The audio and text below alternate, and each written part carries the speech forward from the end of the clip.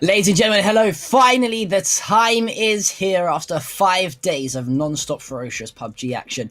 Myself and Imperium are here for the final day. Day number 6 of the AOC Masters. What an event we've seen thus far, Imperium. And you know what? I'm probably the most excited I've been throughout the week. The fact that we're heading into our last 4 games.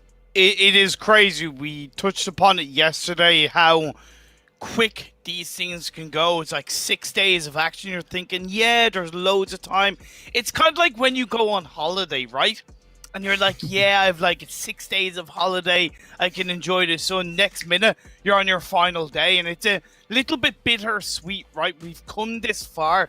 20 games under every single team's belt. And it's coming down to these final 4 matches to determine who's going to come out on top and be crowned a winner of the AOC Masters tournament. Yeah, there are obviously a few favourites going into these final days. A few teams that are already sitting towards the top of the standings in terms of the chicken dinners. We're not going to talk too much about that. We'll wait until we get into sort of the overview and the live standings a little bit later on throughout the show. But it's crunch time for some of these teams. It is. If you ask me, any of the teams, you know, outside of sort of the top 11, top 12, I think it is, with 0 chicken dinners, they've got a mammoth of a task to try and win this event. They've pretty much got to win all 4 games in a row today, because we've already got 3 teams sitting at 3 chicken dinners already. So, but listen, it's PUBG Imperium at the end of the day. Funnier stuff has happened. Yeah, the only team, I agree with you, but the only team I kind of want to put as an asterisk and exception to the rule as the kind of the bold capitals, the Comic Sans font, whatever you want, is BN United, right? Because they are playing in PGC, and right now they're coming into this, yes, with 0 chicken dinners, but with 87 kills. And if they were to get 3 out of the 4 chicken dinners with 5 to 10 kills every single game, they would be on top, right? Bar what other teams are doing. It's indeed a mammoth of a task, but I just have to highlight that they are the one team that I feel can do it. Yeah, if you was to have a gun held to your head, for example, say pick a team that hasn't got a chicken dinner to win 4 in a row, you'd probably bank a lot of your money and life savings on the squad of Balnam United. But let's take a little look at how things will be playing out for today. Of course, we have seen 5 days worth of games already. We started this back on the 2nd of November. That was Tuesday. We ended it today on the 7th. And we have seen 16 teams across 7 different countries. We've had 2 from Thailand, the Chinese Taipei region. We've had 2 from Malaysia. We've had 3 from the Vietnamese region. 2 from the Oceanic, and so on and so on. And obviously that thing at the bottom of your screen here, Imperium, the most chicken rule. That's the key factor here. It is the key factor. The chicken dinner team, the one with the highest amount of chicken dinners, will come out on top. But I also have to highlight the tiebreaker rule, John. The team that has the higher rank in the last game, if they have the same amount of kills, it's like first it's more kill points, but then if both teams are on the same amount of kill points, it's the team in the previous game that has the better position. We've seen it between From the Future and Team Bliss already, right? Across the last 2 days, where they've traded because based on kind of kills and position in the previous game, so it could very much happen again today. Yeah, but we saw for the first time yesterday as well a team pick up 2 chicken dinners within the same day. That would have been the squad of Fury, so definitely possible.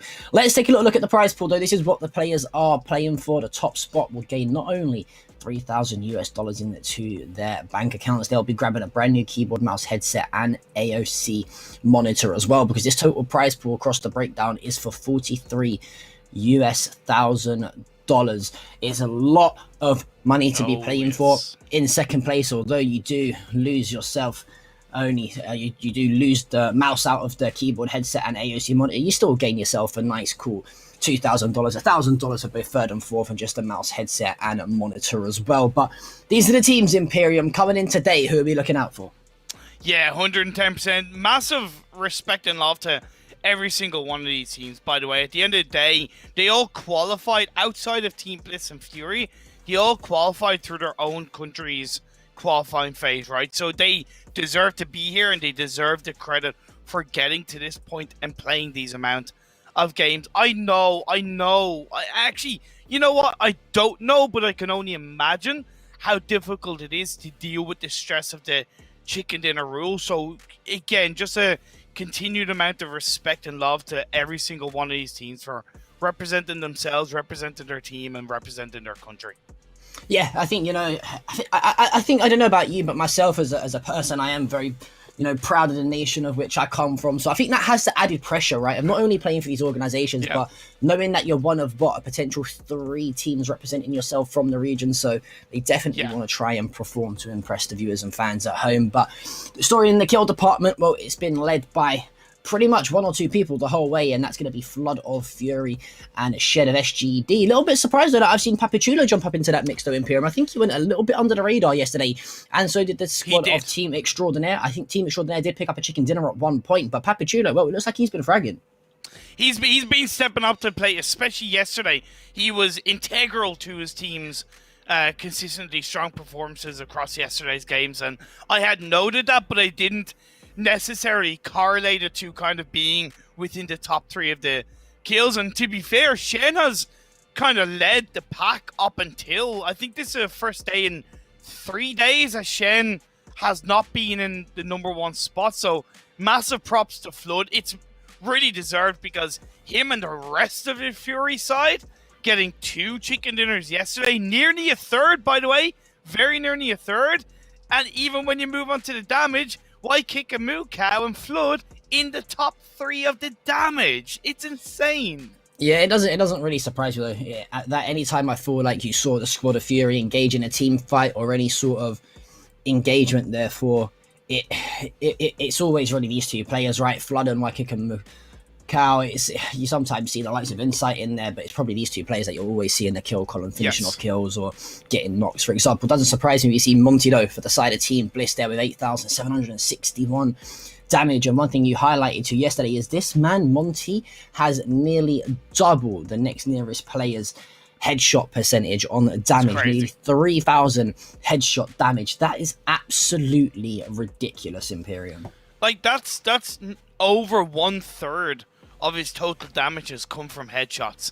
It's just incredible accuracy coming out from Monty, and to give credit to his teammate Bryn, who closes out the top 5 of the damage, despite them maybe not looking as strong as they did in the earlier parts of the week. It's still amazing how good of a job those 2 together have done for this side of Bliss. Well, as of right now, it doesn't matter if you don't have top players in the damage, in the kills, in the individual player stats, because at the end of the day, this is a team game, John. Right now, From the Future, they are currently the strongest team in this lobby.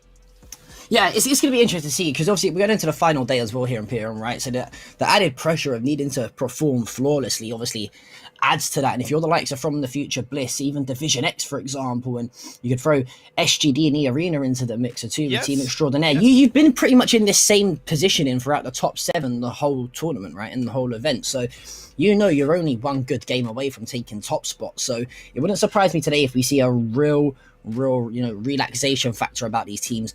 Playing the rotations nice and early, get yourself set up, and trying to be a bit more of that traditional slower style of play when it comes to a battle royale. But well, that's what me and Imperium think. Why don't we go ahead and check out what our other casters think from across the regions as well. And it's it's looking good right now if you're the Vietnamese casters or if you're the Chinese Taipei casters.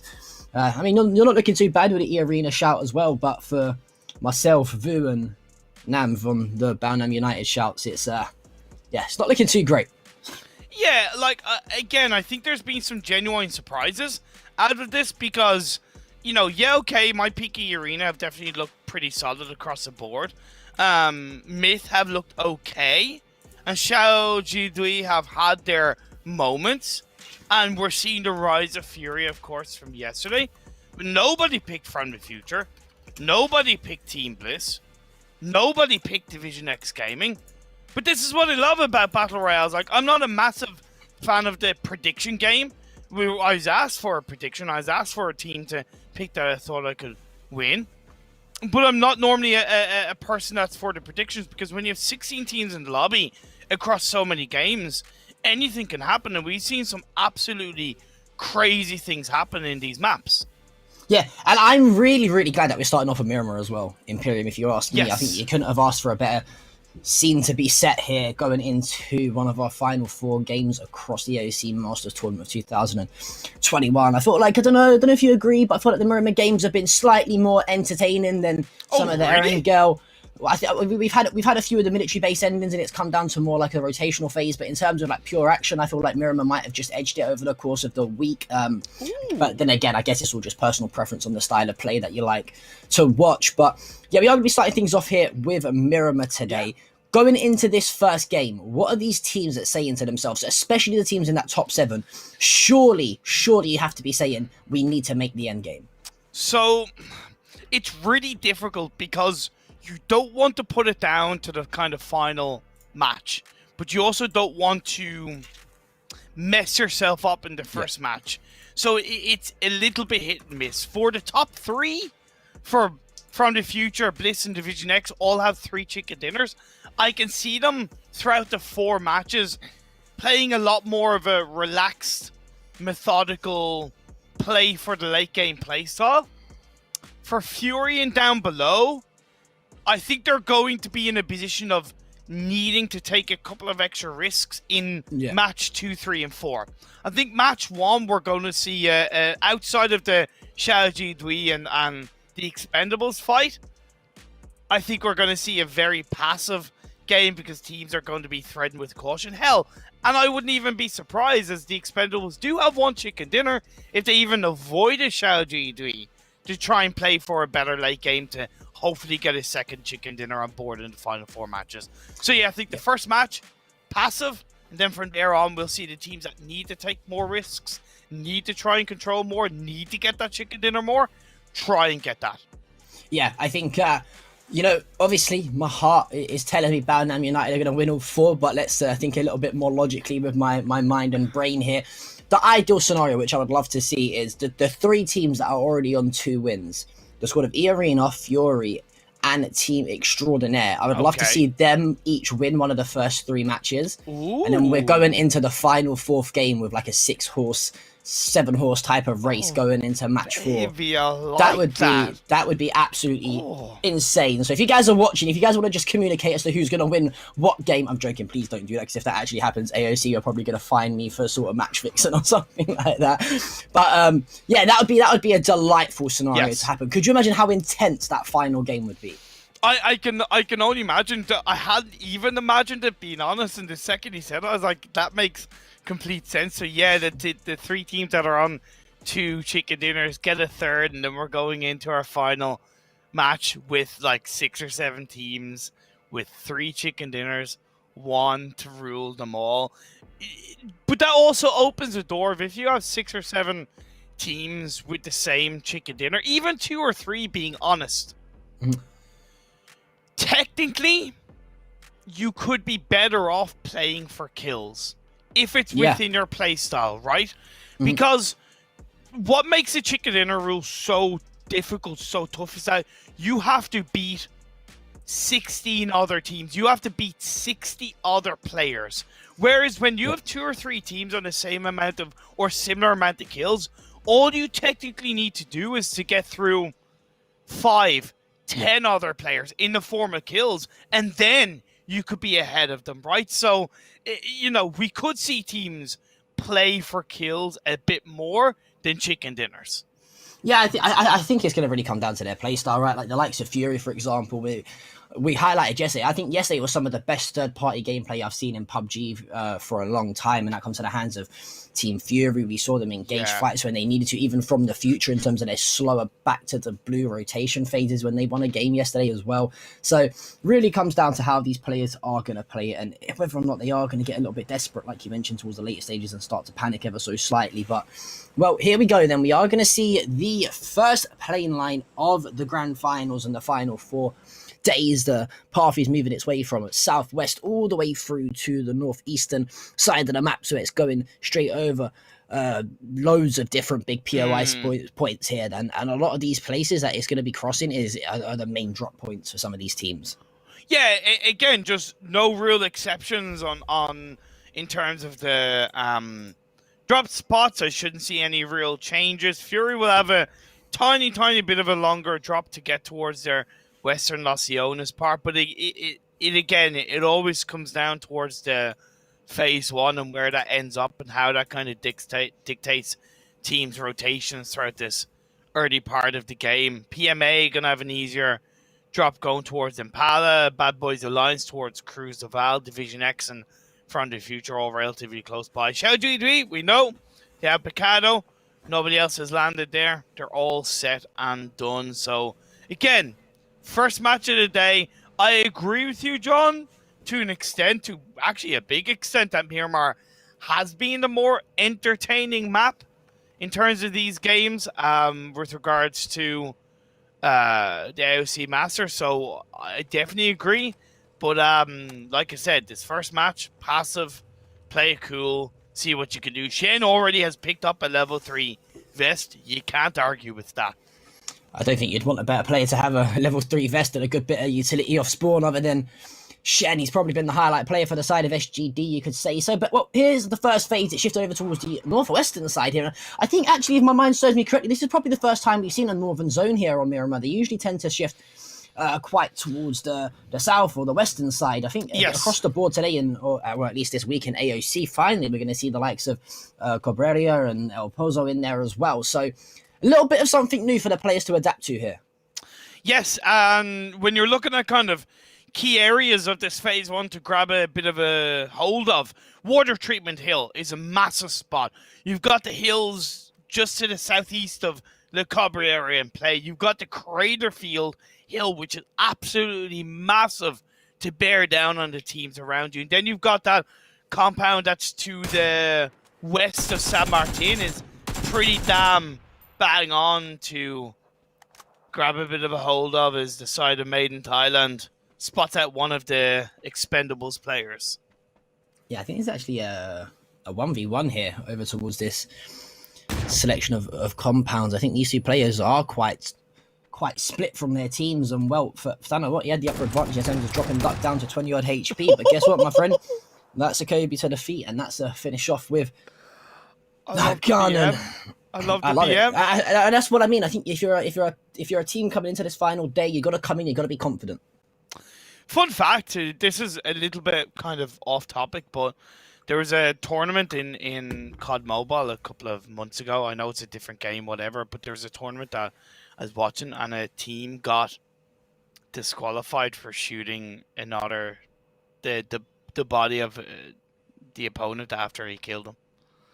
That's a legit. And I'm like, that's what? Yeah, it was in that tournament. Oh, people are going crazy. And I was like, What? that's standard in-game BM. That's like That's just standard esports, psychology, right? That's exactly, that's just esports. Yeah, I was like, I was, because I love seeing stuff like that because it is, loads of these competitive players, you try and keep your cool about you, but when you get that kill and the emotion is there, right? And you express that emotion in the form of shooting the body of your opponent after you kill them. It feels damn good. But not only that as well, it just creates storylines as well, right? Like yes, I'm a huge fan of storylines within, esports, and a lot of these players, they would have played. How many times do you reckon these people have played against each other? We're talking about the Asian, hundreds of hours. the I'd Asian imagine. regionals, as a whole, right? These people have played against each other across regions so many times. So a lot of these players are probably good friends outside of the game. They probably run online games together quite often. Yes. So it doesn't make sense for me. This fact, I'm glad PUBG is a grown-ups esport, should I say? In that respect. Yeah, no, it's true. Like it's true. I totally agree. I just thought I'd give that random story because I thought that was a little bit crazy at the time. But Division X, they have a nice spread in this phase one. It's a tiny bit of a risky spread because it's in the very center of the circle, so it does make it a little bit harder to reposition in a stronger team-wide way when it comes to the end of phase one. But I appreciate the fact that they really want to try and create a better stranglehold of the teams around them and try to force some manipulative plays from the teams around them so they have a bit more area to work with in phase two. We'll have to wait and see if Division X continue to stay separated.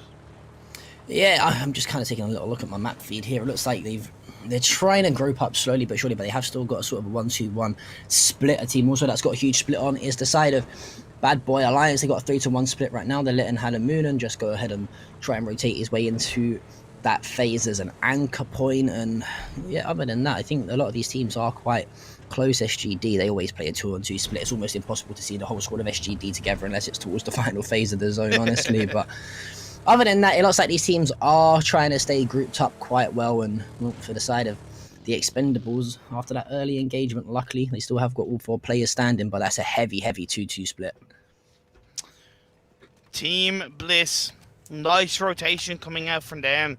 They drop in Monte Nueva, so they already had a bit of a easy entry point into the circle. Plus, they would have been one of the first teams to drop and start looting, so naturally, their rotation time is a little bit quicker this game compared to others, but they're certainly taking advantage of it. Them going to Crater Fields is, to an extent, a little bit risky because you don't get that much information. That's if they stay there. Right now, they're continuing to move. I'd like them to go to the eastern edge of Crater Fields because it gives them a lot more information on towards the eastern side of the circle while still protecting the western side and holding on to Crater Fields. So see how they end up. But, Team Bliss, they haven't had a chicken dinner since, I believe, day number 3, believe it or not.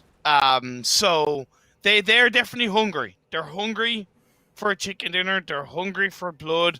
I know that a lot of other teams around them, John, have kind of adapted a little bit better, which has made it a lot harder for the likes of Team Bliss to control these end games. But I know they're capable of it. I appreciate all that they've done up until this point to get the amount of chicken dinners they've gotten. Yeah, and it can sometimes be it can be a bit of a hard situation to deal with, leaving the live standings for so long as well.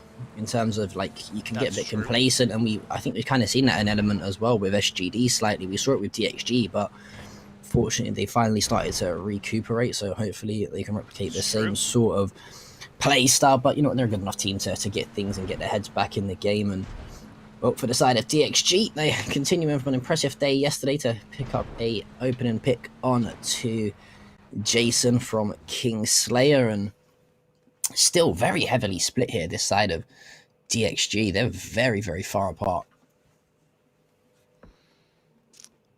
They are indeed, but it's the kind of split that they obviously feel comfortable with for the time being. I think they're prepared to lose a player early on, right? Nobody wants to, but when I say prepared in terms of they know the risks involved around it, and I think they'd be okay with losing a player early on.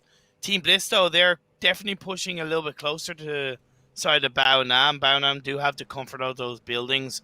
You grab a couple of extra vehicles, and Baonam are out of there while taking a couple of shots. E-Arena rotating through the members of DK. Have to be careful about that one. E-Arena are a team that's certainly proven themselves. Well, nice sell from NRX. It's a beautiful shot onto June. Yeah, and that's the problem about playing split, right? In terms of if a team tries to crash onto you and re-aggress you, it can be so hard to deal with. And for the side of NRX, unfortunately, they have lost 2 players. It's gonna be Escalusia with both of those kills, I think, as Levy's is gonna drop as well. It's all up to Duck. The Molly's caught him off, and well, not the most ideal start here for the side of NRX, and even more, to be fair, for the Expendables at that, as they've lost 1 player. The knock on to Levis might follow through as well, but alright, here we are in a 2 versus 2. Levi's indeed being knocked hurts their ability to really push this fight out. I know Duck is doing a great job of trying to suppress the members of NRX, but I also think it's a bit of risk that 777 was going for the revive onto Levi's. It has worked out for the time being. Nice, who's going to get taken down. 777 proves his worth, and in comes the last player from the Expendables. A kill was pulled out onto 777, so he sacrificed himself, but still the Expendables come out on top. Yeah, I think for the side of the Expendables, not too bad. I mean, you mentioned it was sort of similar to that whole DXG situation, right? Where you're kind of playing heavily split. You kind of expect to lose 1 or 2 players, but you're okay with it because providing you get the trades through for the team wipe and you're still sitting in a pretty decent spot. So for the Expendables, they do get the wipe onto NRX. They do lose 2 in the process, but very much good individual enough players and a duo indeed to try and keep things going. And Zest's going to knock 1-1. And for the side of Kingslayer, I've been a little bit disappointed with them throughout this event, to be honest with you. They looked like they started day number 1 quite well. Since then, it's been nothing but downhills, and these are just risky rotations here. They're literally driving us straight through the split team of Baonam. I don't think you could have asked for a worse thing to probably try and do, but somehow they come out of it with 2 players. But sometimes, it's not too often, but sometimes that direct rotation can work out, because we always talk about unorthodox rotations. We always talk about playing the edge of the circle, right? So when we talk about it, a lot of the teams are kind of prepared mentally, positionally for other teams pulling off those edge of circle rotations. So that when a team does pull a direct straight through the middle rotation, it's scary. By God, it's scary. But because not a lot of teams are prepared for that, you can get away with it. Yeah, but the side of BBA not prepared for that push either from the side of PMA, and well, for the side of Bad Boys Alliance, it seems like it's gone and continues to go from bad to worse. The worst slightly split ever so earlier on. Oh my God, Pete, those are some Beautiful snapshots onto Astro Boy. Didn't even get tagged. I think got tagged like once in that engagement. For the side of BBA though, they tried to make the early rotation and hold this compound, but PMA, well, living up to their name with a positive mental attitude, as they're just going to go ahead and crash on in and probably should get control of this quite quickly. Botany is knocked. It's not over just yet for Bad Boys Alliance. I understand why you count them out, not only with the player advantage, but even just with how overall stronger positive mental attitude have looked at these games. Astro Boys knocked themselves, so Andy and PTRAA coming on board. PTRAA, even with those kind of blue shots, trying to get the job done. The reload is coming out, and oh my God, he still loses it. Icon DKS is able to reload the gun and get the shots off. Yeah, not too sure how on earth Icon somehow managed to reload while being shot at, duck, dive, dip and dodge like you said earlier on, and somehow come out of his life and drop PTRA. It's yeah, you're not going to be watching that one back if you're the supporters of BBA, unfortunately. So, PMA though, they do lose 1 player, but I think they'll be okay with that, to be honest with you. They're not going to be too worried about losing that 1 player, although they had the 2-player advantage. They got themselves a nice setup over towards that compound as well. A lot of rocky terrain to work around on the ridges and mountains just slightly to the west and east of them as well. So, all in all, not too bad for the side of EMA, but for PMA, sorry. But speaking of ease, let's take a look at E-Arena, as although they have lost Faros, they've still got 3 players left alive, and it looks like, look at how split they are, though. A Yeah, but huge split. it is, but it's an okay split with the position that they're in on the kind of western side of the circle. They have the protection of the crater fields because they've been coming in late. They have a lot of information that they're able to work with, so it's good for now. With that circle shifting up north, that's why it kind of highlighted that hill to the southeast of Tumas area, that positive mental attitude, hold on to that. The Team Bliss have pulled a bit of a rotation with one of the players because there's not only high ground, but there's compounds that you're able to use to your advantage to kind of use as a bit of a home away from home, so to speak. And both PMA and Team Bliss working wonders in that area of the map. Team Bliss now having a 2-2 split in this circle is absolutely massive. Definitely seems to have paid off thus far, as Waikika Mukau is trying to get some information over towards that team, which was PMA, and I like it. I like it from Waikika Mukau. Just no need to try and re-aggress and try and drop. You're already playing a nice little split for across your team. You got a lot of control over the phases at the moment, and sometimes you just get a little bit overzealous. You drop and things can go out the window, but one team that's also got a nice split and control here is the side of Team Bliss. They've got Monty and Bryn up towards the northern side of the zone, just slightly west. They've also got Textile and Rain and the collection of compounds. But, well, DK and SGD, are we about to see a bit of a drive-by from either side here? Team Myth could get involved with a bit of a third party. Xiaoji Dui going in a little bit blind compared to DK and Myth, but for the time being, they're getting away with it. And look at that. I called it. Team Myth with the third party. Jacob comes in and stabs Sai Shu in the back, gets that knock on board, chucks out a nade. Escalicia is covering him towards the other side. The confirmation is played out. Stolen actually by E-Arena. You can't argue with that one. And now the pre-fire shot tips around. My boy's being put under a lot of pressure, but Jacob, for the time being, is kind of on his own, and he goes a little bit too far forward, has to step back. Yeah, you mentioned that Made in Thailand were in a great spot to try and third party, and I think luckily for SGD, that third party came in as well, because it's allowed them to get a rotation pretty much free of charge, and they're over towards the southern side, just outside the top of San Martin, and, well, for the side of DK, they lose one player, and they're not in the best of spots now, because they're going to kind of have to pretty much do the exact same rotation that SGD did in terms of just driving straight through the middle of the phase here, depending on obviously the shift, of course, on the phases. You're about to see that. Sorry to cut you off, but Team Extraordinaire sent the whole team into where one of the Baonam players were, and Baonam instantly responded and said, no, not today, man. We're getting in there, and they do open the doors onto Papi Shulo, and that knock is played out, and he's being confirmed. Yeah, you've also got Trick down to, 20-odd HP as well, so Team Extraordinaire getting a little bit too extraordinary here, is trying to take an aggressive push towards Baonam, and they're a team, like, Baonam, we mentioned how good they are, but they're a team that can really adapt to any situation that they're given to. That's how good a players and good a team they are. Yeah. They wouldn't be in the likes of PGC otherwise, and, well, for them, they do get the opening pick, and it turned the tides in their favour here. The nades, the mollies, you name it, coming through, trying to get a little bit of a splash damage done into the team of Extraordinaire. Yeah. But honestly, I think Baonam, what they need to do is they need to try and deal with this team as quickly as possible, because Definitely. You can see the likes of Fury, the Expendables, you name it, they're all going to start to rotate over here, and if they hear a bit of a head-to-head engagement going on in these collection of buildings, then they're going to be potentially open the door for a third party. And in comes the shotgun blast, Zest opening that bad boy door up. Dr. Logi's knocked down, but at the end of the day, it doesn't matter. Baonam, they come out on top and they take down Team Extraordinaire. And honestly, what I loved about it, and which is why I kind of highlighted, is the instant response from Baonam off the back of the Team Extraordinaire pushing in on towards that one player was incredible. And they knew they had to do something like that, right? They knew they had to pull that out of the bag, but Zest, he's overstepping his mark, gets put down to 23 health. His level 2 helmet is a little bit damaged. Hold on, just a cotton pick in second, Baonam. Get yourself together as a team. Stay safe, and then you'll be able to come out. But no, Dr. Logi stays peeking and gets knocked.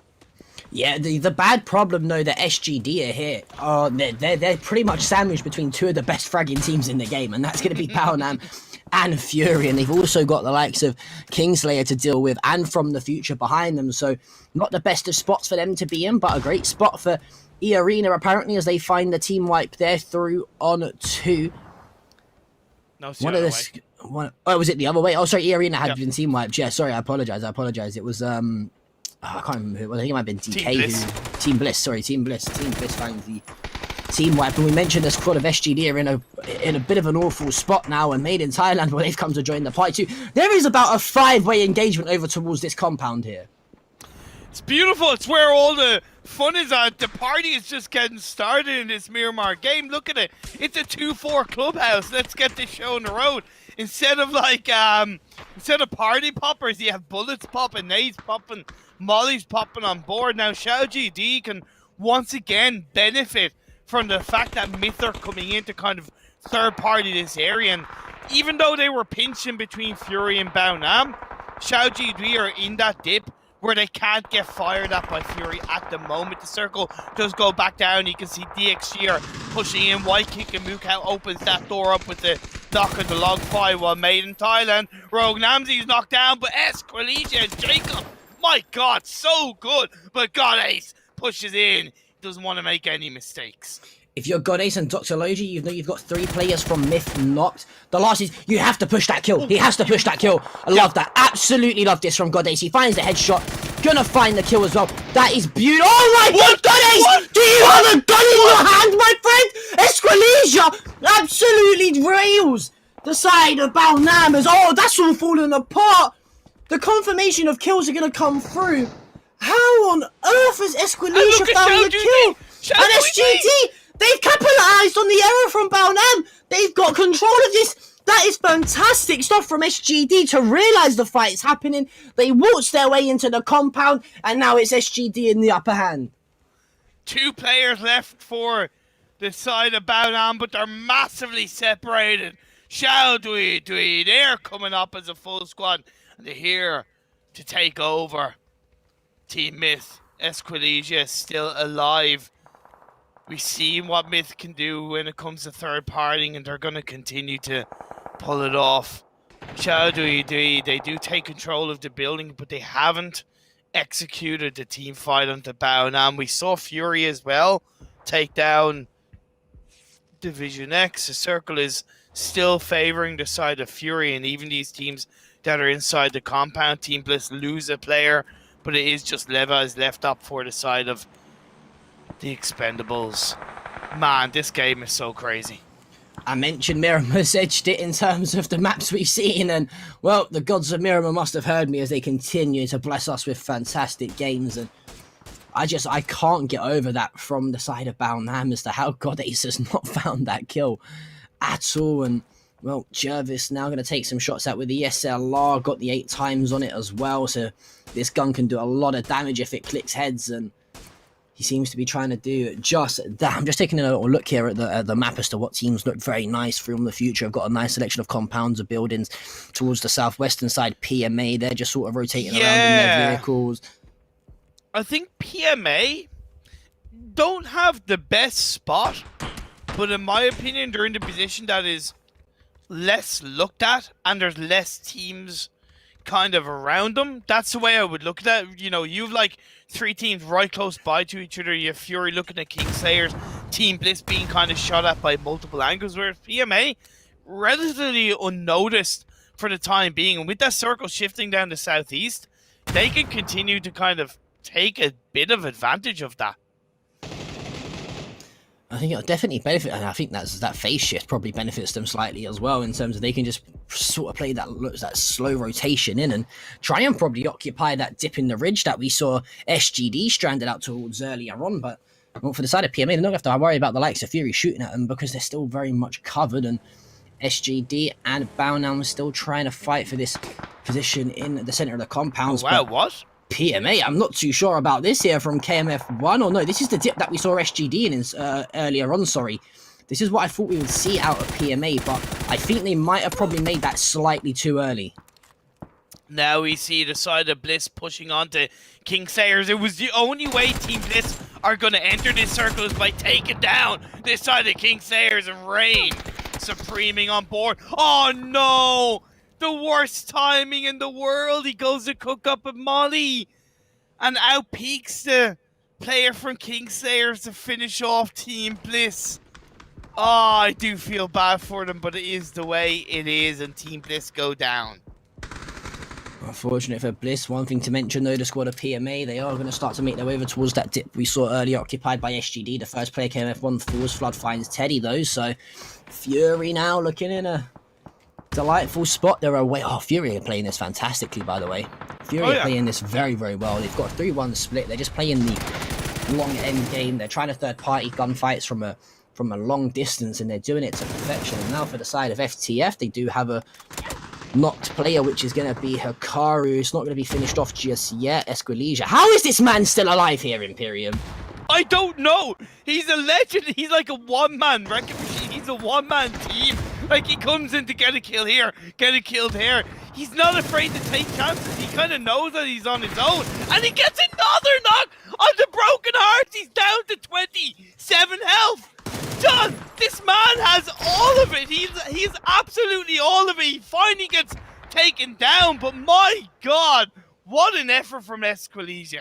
I want to mention the fact that he actually found the kill onto man as well with a no-scope, I think. Unfortunately, though, bit off a little bit more than he can chew, and YQQ was there to get his teammates back up and into the mixer. But, gosh, how has he stayed alive for so long? That's a lot of wild. It's lot of great work out of him. You've got to say props to him. But down to our top 6 teams now, 16 remaining players in total. And as we hit this phase 7 here, this is where we start to see how things might shape up. How heavy is that phase going to shift, and in which way is it going to do so? So, the circle shifts up north, and that's great for Fury. One thing to point out is the 2 games Fury won yesterday were the Miramar games.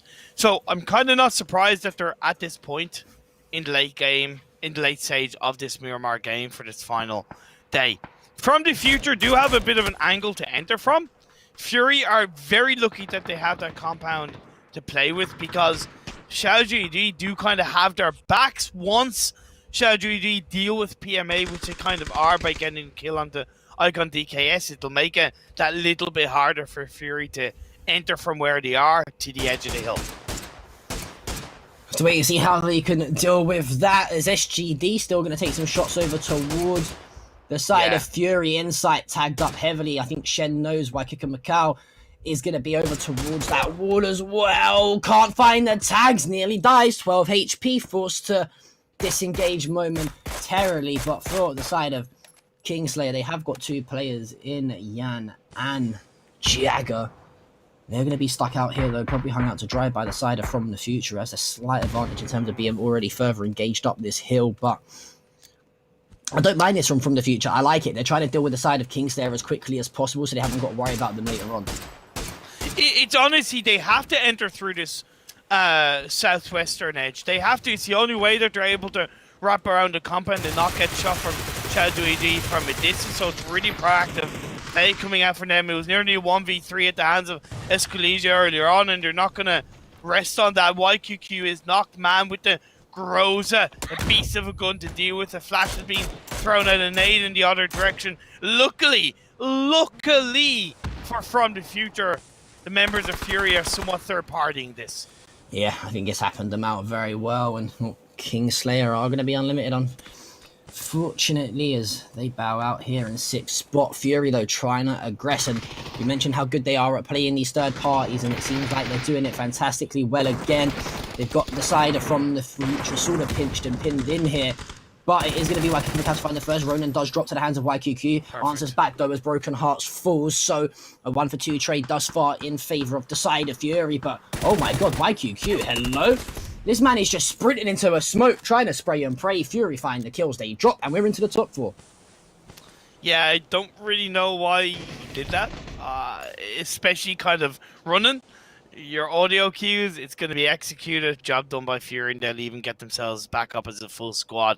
We do lose PMA, though, so 3 teams left up. Credit to Youngboy from Bao Nam. In amongst all of the craziness, in amongst everything that's been going on, he has laid absolutely quiet as a mouse in the corner of that building beside Xiaojuidi, and he's going to be on his own. This really is a battle between the 2 giants of Team Fury and Xiaojuidi. We saw the world being set ablaze by Fury in yesterday's Miramar Games.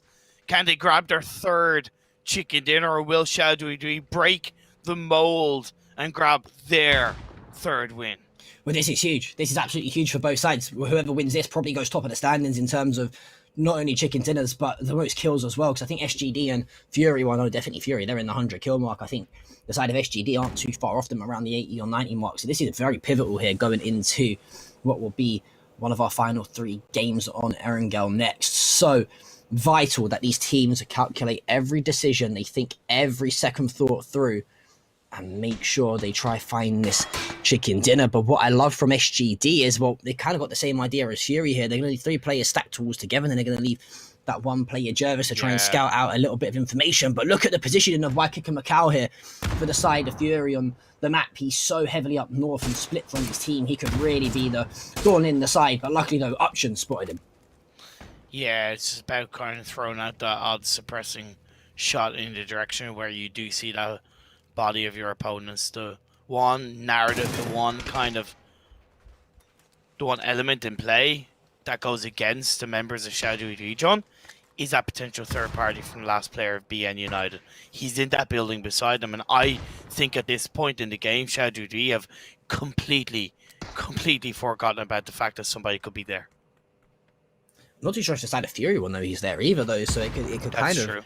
It could either work sort of both ways here, but the 2-on-2 split, it seems now, though, from the side of SGD is where they're going to try and go hunting for the opening pick, and it's so vital. Oh, Shen spotted his head. Shen spotted him. Spotted him. Ronan's not seen him. Moving up. That's huge. That's huge from Shen. Gonna finish a kill as well. I think he spotted Flood too, has he? I'm not too sure. He hasn't, but Waikiki Macau is there to trade back. The trades are so vitally important here now. Oh, that's a great bit of util usage. The flashes come through. It's going to be Shen versus Flood. Shen wins it. 2 versus 2. They know where the 2 remaining players are for SGD, but they've forgotten about the player from Baonam United here.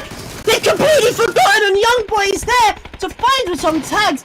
All of a sudden, it's a 1 versus 1 here as Baonam United live to see another day. Young Boy makes the play. Oh my god, I said he could be an element.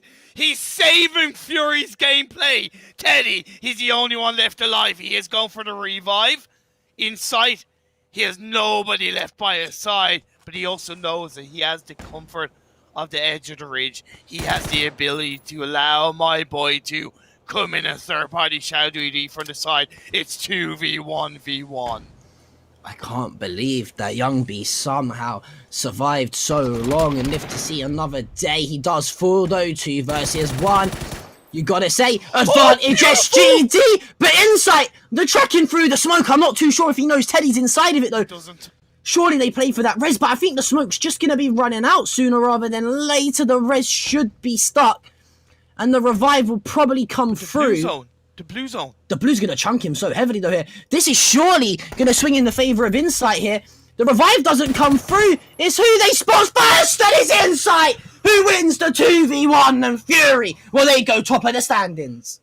He's the IGL for a reason. He leads the team. Whether it's the team there or not, he leads them to victory. And what a clutch moment.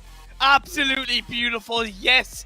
Massively helped by Baonam, their PGC counterparts. They can give them a bit of a handshake when they meet them after quarantine in Korea and say, thank you very much, guys. You gave us that win. I feel bad for Xiaodui, but Fury, they couldn't have, outside of getting kind of picked off by Shen, they really couldn't have played that game any better. No. The way they moved out of that building in that kind of phase 6, phase 7, they played around a third party to take down Kingslayers, and in the end, yeah, it was just very well executed by Fury. Yeah, my heart was in my mouth for a second and I thought, is the Baonam dream gonna live on to see another day maybe? But, well, for them, it's gonna be nigh on impossible for them to win this event now, pretty much. But, well, this was the first engagement we saw of the day between the side of Made in Thailand and the Expendables. Myth coming out on top. Not coming out on top there, sorry, it was the nade from Duck who drops him. But just, that is one of the most insane end phases I've seen in terms of so many different situations happen. I think SGD are going to be absolutely fuming that they've not won that game though. How many teams were in playing for that compound throughout the game, right? I think we had like 5 or 6 teams fighting in around that compound. You had the original keepers of it, then you had the original keepers were Baonam had one player in, and then I think it was the Expendables that pushed. Was it the Expendables? It was it one team that it might have been PMA. I think it was PMA that pushed. No, it wasn't. It definitely wasn't PMA. But one team pushed in. They got the squad wipe, and then Shadowy came in and they kind of held onto the edge. Then Myth came in, and then it was just absolutely crazy where it came through towards the end. This was the moment where Bad Boys Alliance kind of lost it. And it was Team Extraordinaire. Team Extraordinaire, yeah. But no, actually, no, yeah, because it was Baonam, because originally Team Extraordinaire tried to be aggressive to take the compound, but the re-aggression come back through from Baonam. Exactly. I think the reason why Baonam have lost that game probably is they've allowed Esquilija from Made in Thailand to make this play here and kill Godace and Dr. Logi at the same time. That was just absolutely nuts from him. But, well, as the game went on, it looked like for a second the squad of SGD were in a good spot to try and win it, but Fury, they were just too good. And Esquilija, like, this guy is like, he's so annoying, but in like the best possible way, right? Like, he'd just be like, yeah, I'm still here, guys. I'm gonna pop you here. I'm gonna pop you there. You know, don't count me out. Don't count me out. Like, look at this shot onto Broken Heart. You know, talk about literally breaking his heart with that knock, and he even stepped up to the plate with getting the knock onto Man. He had to switch over to his secondary gun, and I think that's what helped kind of take him out in the end. But still, great effort by Esquilija.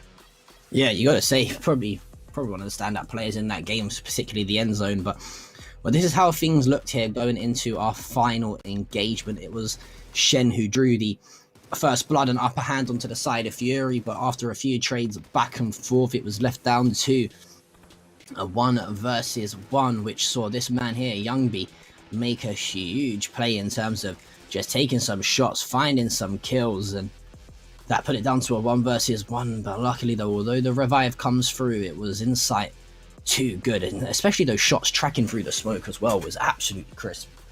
Well, he knew with the blue zone closing in, he was only really going to be on the right-hand side of the smoke. He was never going to push forward to the smoke. He was only ever going to push to the side of the smoke, so it was just great insight from inside.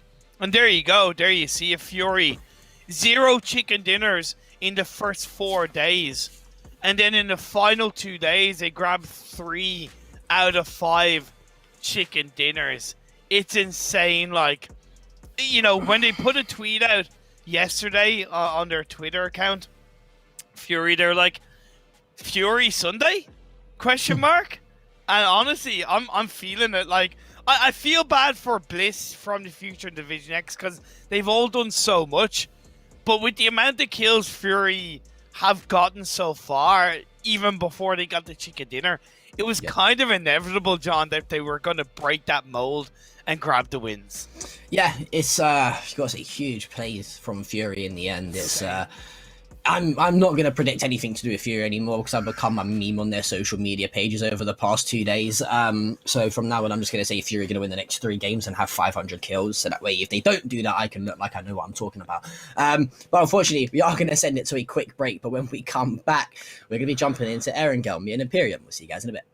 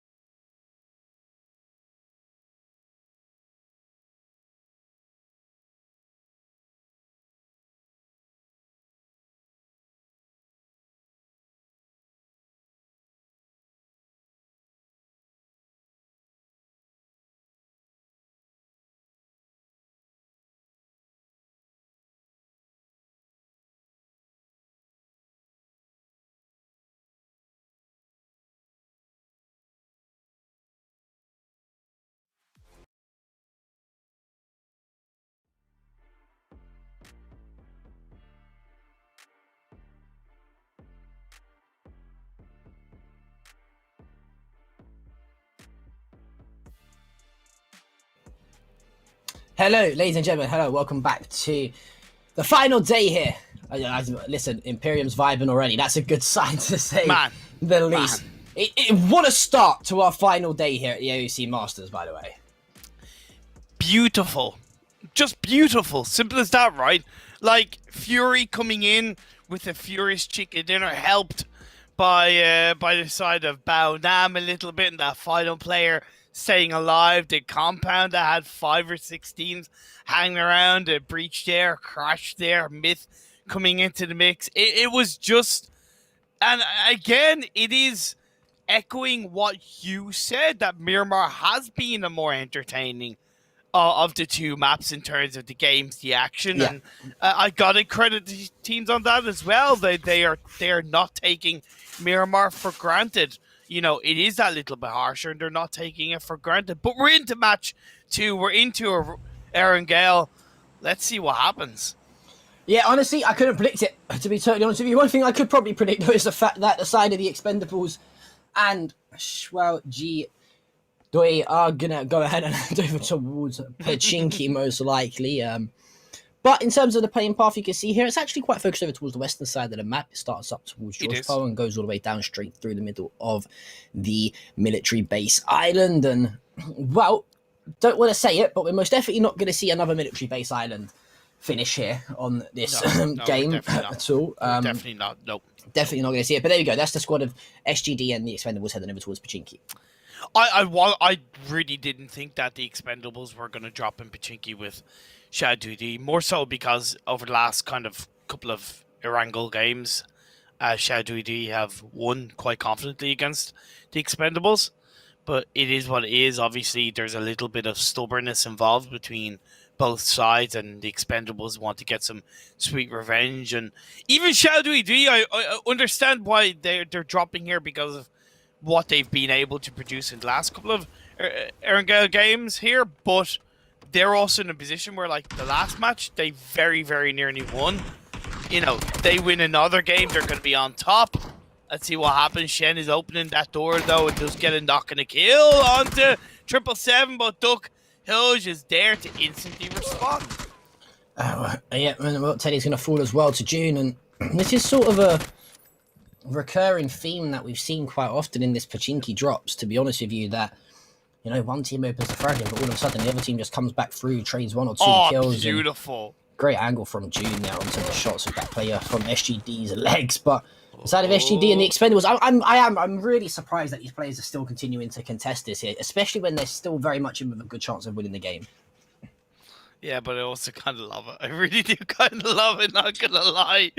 It's that kind of sadistic entertainment that I do enjoy, that comes out of me every now and again. Looking at this phase 1 while this action kind of continues in Pachinki, it is a northern phase 1. And if I'm not mistaken, this is the very first time we're seeing a kind of phase 1 circle. I believe so. I think you're probably very much right in saying that. I think Nice. It's probably the first time we've seen the likes of Georgia Pole inside of it, inside of the phase as well. So, yeah, we're going to see a little bit something different here on this match number 22, which I'm personally, I'm all for it. I like a little bit of change. I know sometimes to say repetitive stuff can get a little bit boring, so why not change things up? But over towards Ruins, it looks like Bao Nam and PMA, they're not done fighting just yet. It's interesting with this Ruins fight. Ruins isn't normally an area of the map where you see teams fighting, and especially as early as phase 1, especially as early as 3 minutes in, so this is really unusual. I don't know exactly how both of the teams kind of got here. Bao Nam normally go to Rozhok, or on a bit of a split drop, and PMA will go around the kind of Watertown area, or they'll go a little bit further away. So I don't know if this is targeted or not, but yeah, it's kind of interesting. I don't know if it might have just been a bit of lapse in communication, or an error in the landing maybe, but Godace was over towards Rozhok momentarily, and after losing the initial play, he's come over to join the squad, and in doing that has found his instant death, and Young B's knocked him for the squad of Bao Nam down to their last remaining player here. I'm not too sure if this is just a bit of a let's try off a few different things now in the last few games. We know we can't win the event, definitely can't win it now after that, so there goes my prediction. But I think they're maybe going to just try a few new drop spots here going into the last few games, especially with PGC around the corner. That's a good point to bring on board with PGC around the corner. Maybe they are just realizing, hey, look, we can't win this, so let's see what we can experiment with and kind of use this as the best form of scrimming, right? Yeah, I agree. And it's a valid thing to pull out. That's a beautiful shot from Duckhuis. Yeah, it's going to be down to this one remaining player of Jervis for SGD. The three-man strong team of the Expendables still looking good, as that's going to be SGD eliminated from the game, and pretty sharp at that as well. It's just under 5 minutes time, and we've already seen two teams bow out. Like, just Doug, like, he's so casual, right? Like, gets a peek headshot knock onto one, looks towards the stairs with a shotgun, instant one-shot kill, squad out. It's just so seamless for him. It's like he's doing that while reading the Sunday paper and having a cup of coffee, right? It's just so casual for him. Beautiful stuff from the Expendables and Shadowy D. Unfortunately, they paid a price, and we're not going to see a fourth chicken dinner from them, and that, of course, puts them under a little bit of extra pressure coming into the final two matches. Not to look too far ahead, but we are ending the tournament on Erangel, and you've got to think that if they are still in with a chance of winning, i.e. no other team have gotten a fourth chicken dinner, Xiaoju D have realistically got to move away from Pachinki and not drop with the Expendables. Yeah, I think they have to. I think the next game they definitely have to. It's do you know what the issue is? It's sort of similar to what you mentioned. It looks like the one team has the upper hand on the other, but throughout the whole competition, if you cast your mind back to a day or so ago, SGD probably had the upper hand on the Expendables, whereas the first 2 days, the Expendables had the upper hand on SGD. Yes. It's so inconsistent, that Pachinki drop for these two teams. I don't think it's worth risking, especially going to go into our final game later on today, which is going to be on Erangel again. So I think if you're these two teams, you probably just say, look, let's not try and ruin each other's games before it's got started. They probably want to try and drop somewhere else. If you look over to the eastern side of the map off drop spots, like to Yasnaya, etc., they're usually pretty much uncontested for these teams here. So wouldn't surprise me if we see a team start to move over towards there. But, well, we are going to be heading into phase two in around 3 or so minutes' time. A lot of these teams, though, already here Imperium. They set up relatively early inside phase one, and so only the likes of Kingslayer and Fury, E-Arena as well, that are still over towards that military base. And yeah, this is really interesting for me as well, because we don't really have, to an extent, the blueprint of a circle in this direction so far across the AOC Masters regional final. So this is kind of fresh for me in terms of seeing these teams positioned on this kind of circle. I can tell you that, in my eyes, DK are in the absolute best spot because they have the kind of playing runes dip, that long dip in their control. Not only is it already very heavily inside phase one, but it's that great cover where you're able to send 1 or 2 players out away from it while still holding on to the anchor point position. PMA in the cube compound is also very good in terms of they have IMP and Icon DKS in towards the cube compound, and then Botany and KMF1 are in runes. Now, they were delayed with the fight against Baonam, so I understand why they're not all together, but it is still that great anchor point holding on to the cube compound. Yeah, and RX taking a full one player though, as it Select who finds the kill on to Arenik. And well, for the side of Colony, not going to lie to you, a little bit disappointed with them over the past few days. I thought they started the event consistently very well. They've just unfortunately dropped off the pace ever so slightly, but there is still 3 games left to go. Only 2 chicken dinners needed to get themselves back up into the mixer in contention, as they are going to start to make their way even further towards the eastern side of Georgia Paul. And just taking a little look across the board here in terms of our map feed as to who's sort of looking in a nice spot. You've got BBA over towards shooting range, nice and early. You've got DK occupying the hill and ridge line just slightly to the southwest of it. Team Bliss now look like they're going to be making a move over towards Severny, and well, it looks like these teams are probably just going to rely on that phase 2, phase 3 shifts before they start to really set themselves up shop somewhere. I am a little bit surprised that nobody's gone for the very northern edge of Rock.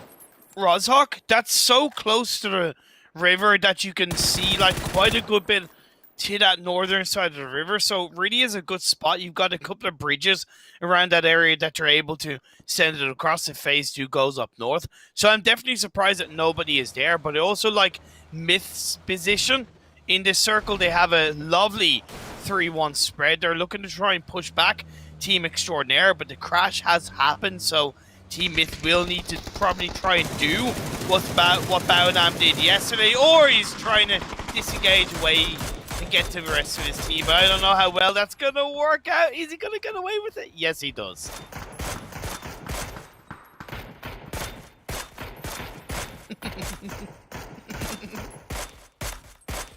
Yeah, I mean, I think, you know, it's one of those situations where I like what we saw there from the side of Maiden's Highland. It was one of those situations where they can choose to re-engage, right, and try and fight the squad of Team Extraordinaire, hold on for that compound of buildings and potentially run the risk of dying, or they can back up, disengage, and probably get set up still in a very nice spot because we're still early on here. We've only just hit phase 2, which I can say to you is pretty much centered towards the middle of that long road winding from Rozhawk all the way through to Georgia Pole. So you mentioned that area towards the northern side of Rozhawk, might work out pretty good, and if the zone continues to shift this way, it isn't a bad position to be looking at. But for the side of E-Arena, they've got the expendables to deal with, as Sissy's going to have that initial knock confirmed as June does take him out, and all of a sudden it's just up to Faros. The res comes through onto Duck, and the 3 versus 1 for the side of the expendables here. You're probably seeing them just edge this one out in their favour, but June is going to probably talk. Faros does have the kind of peeker's advantage overall. Behind the tree, June goes to try and get revived up by Levi. As you can see, Duck is throwing a couple of nades in the direction of Faros to reposition him, to slow him down, and that's some good play. In the meantime, Duck is able to get a first aid off. The barrel shots come through, and with the help of, it's Duck to come in and get the squad wipe, and down they go. DK still hold on to that airplane position. It's so good. See, look at that 2-2 split.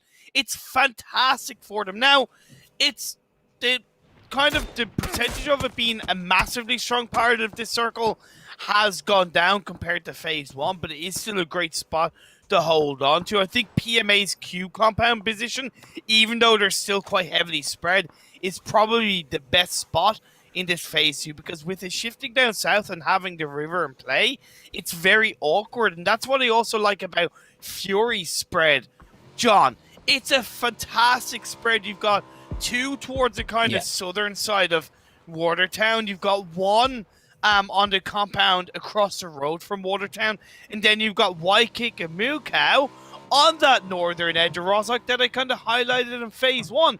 It's a spot-on spread. Yeah, I like it a lot from Fury. They're going to get a lot of control over this southern side of the phase and map as well, so don't think they have too many complaints there. And you look on the other side of things, though, literally, like, it's a pretty polar opposite, right, from the side of the Expendables, where they're occupying the southwestern side of this zone, and you've got Fury on the southeastern side. Look at how spread and much control Fury have in comparison to the likes of the Expendables, for example. They're all grouped up onto that one sort of big rocky mountain. I'd like to have seen someone probably over towards Georgia Pole slightly more to try and make sure that there's no one over towards the northeastern side of it.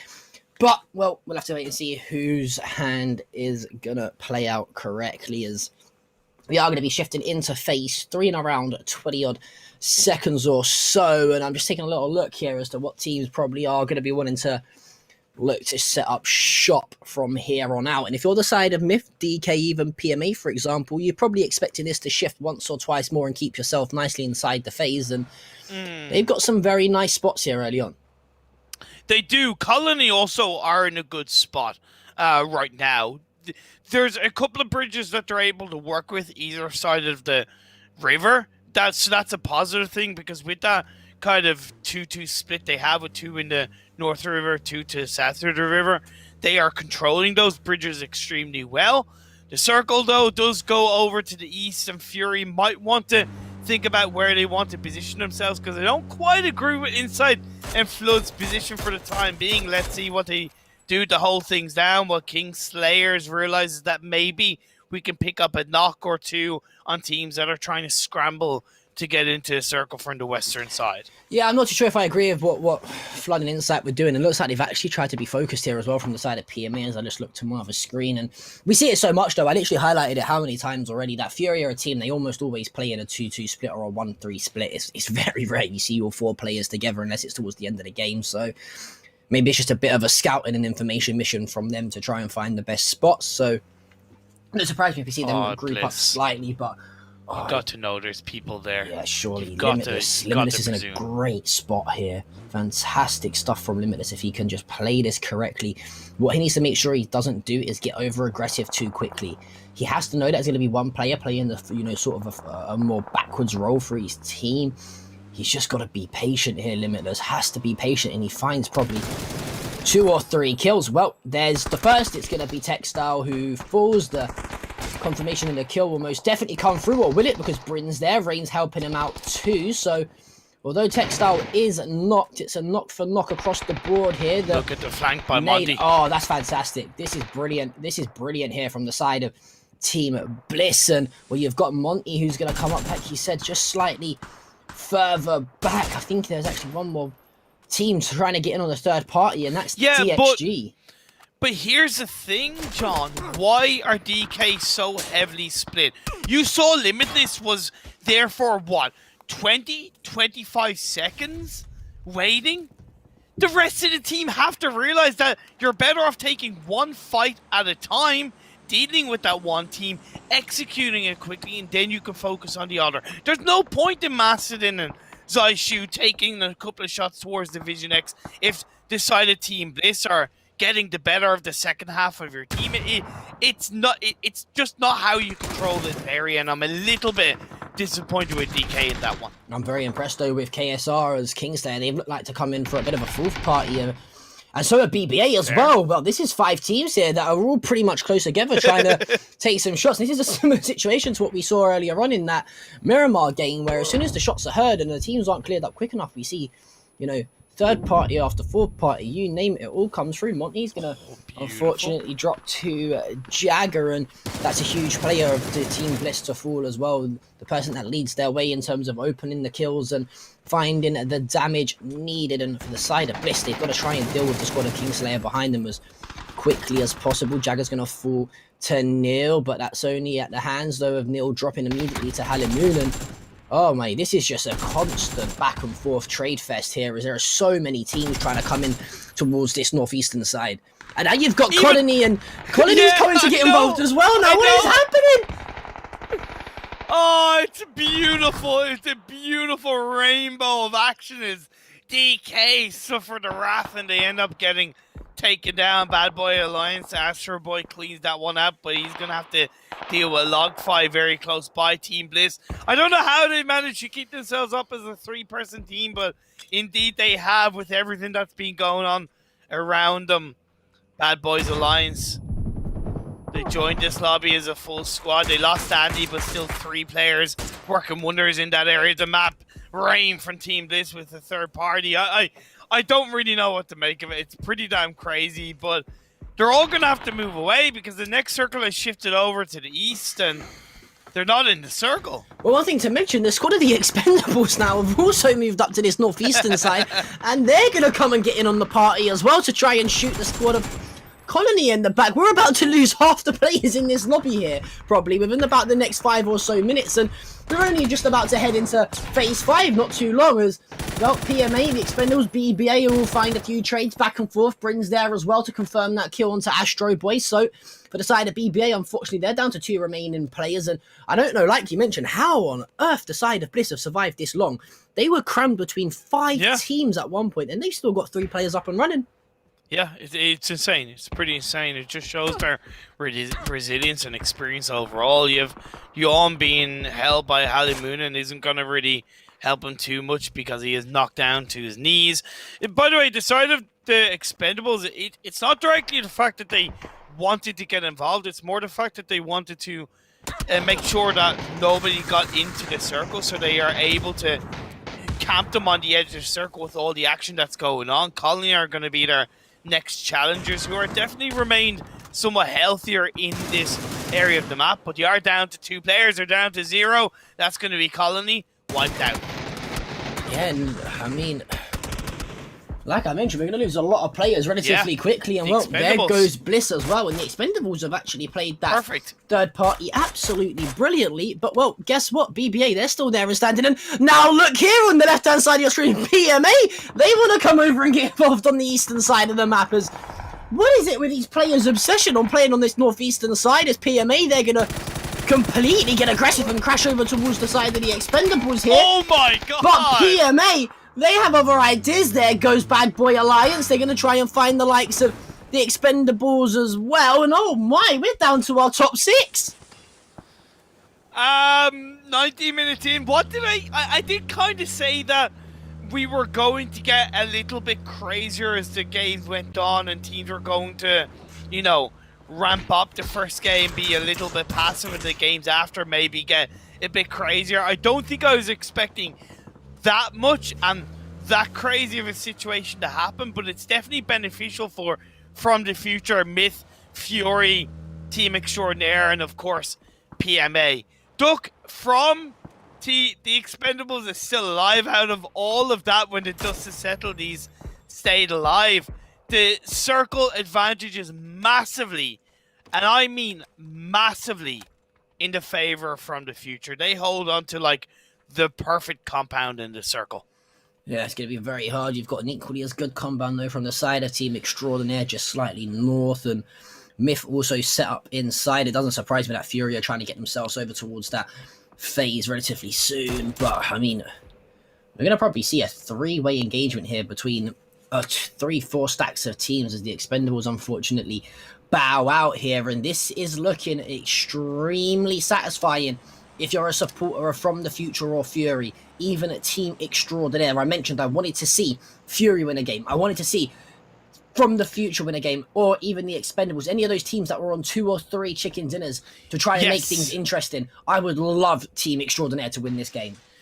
Yes, I agree. I'm for Team Extraordinaire in this game, just to make the final 2 matches that little bit more exciting.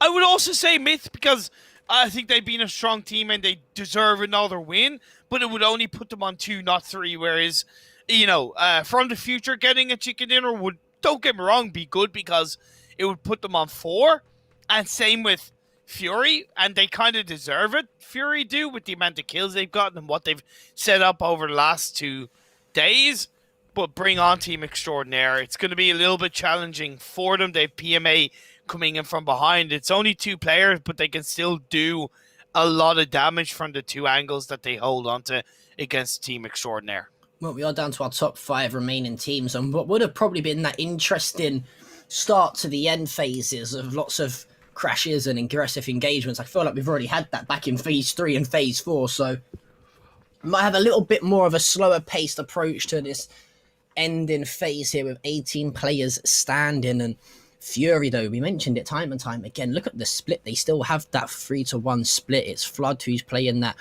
far back role, trying to get the info for his squad when he can. Often, I feel like 9 times out of 10, you see the likes of Flood always outside of the phase, playing inside the actual blue itself.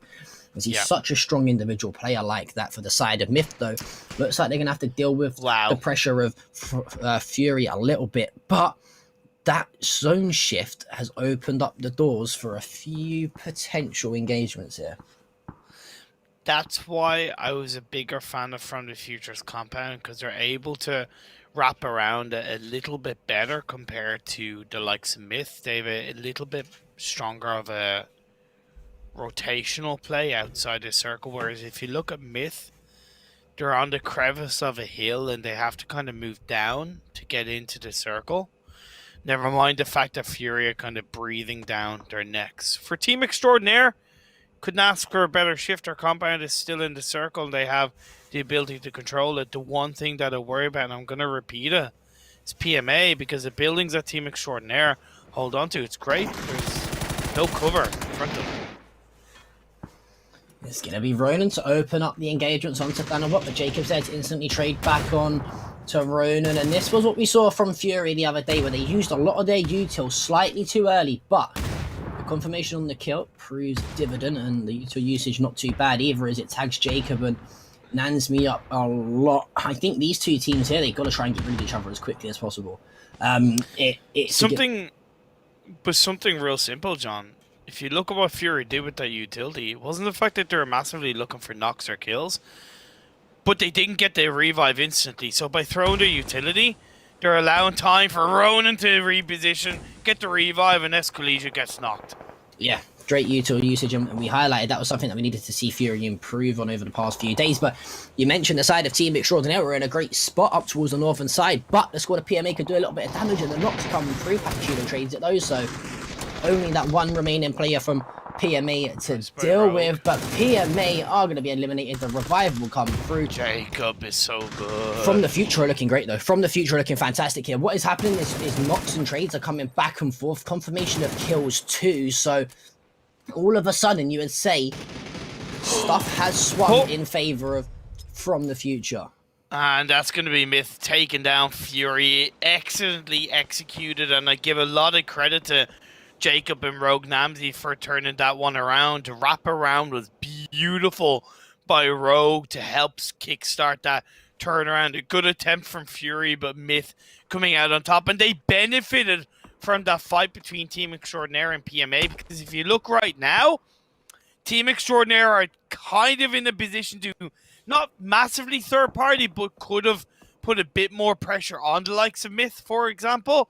But them dealing with PMA allowed the isolated fight to happen a lot better. The circle shifts on up, and it's in the favor of no team. But like I said about From the Future position earlier on, they are much better when it comes to moving into the edge of the circle, because the hill down the way from Myth, it's going to be horrible for them to try and get out of.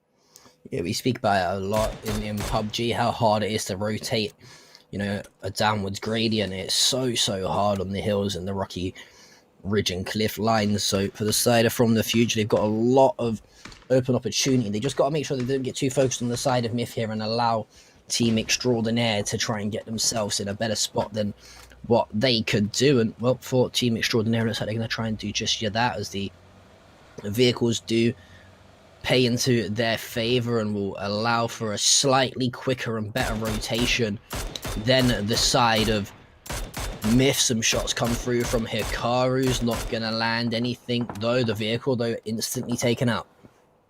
I like that from Team Extraordinaire. They're not sending the whole team out straight away with those vehicles.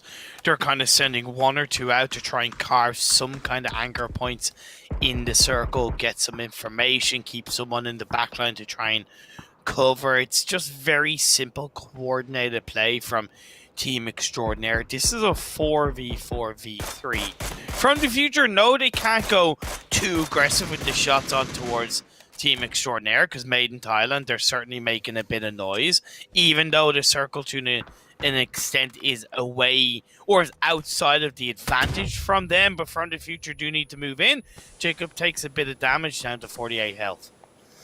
Yeah, Jacob not looking in the best of spots for HP wise, but then again, neither was Man. And if you're the side of Made in Thailand, you've got to try and find a pick sooner rather than later, as you have got the side that I like what Trick and I were doing here. They're trying to get themselves as far advanced up this hill as possible, and they don't even mind playing a little bit in the blue zone. They're trying to get the information as to where Made in Thailand are, but you're probably thinking here, you're one gunfight or knock away from an absolute chaotic end to the game, because as soon as one person's knocked, you're going to see the third party start to come through. Exactly. It's that classic kind of three-way dance of the first team to really engage could be the first team to go out because of that third-party potential. Phase 8 centers up quite nicely. It does go in the advantage of Team Extraordinaire, because if you look at both Myth and From the Future, they really have to move a lot further, and Rogue Namsy opens up onto Broken Hearts and does get the knock. It's stolen away by how it repositions in a valuable direction, but is knocked down to 28 health, has to cover back behind a rock and heal up. Yeah, it's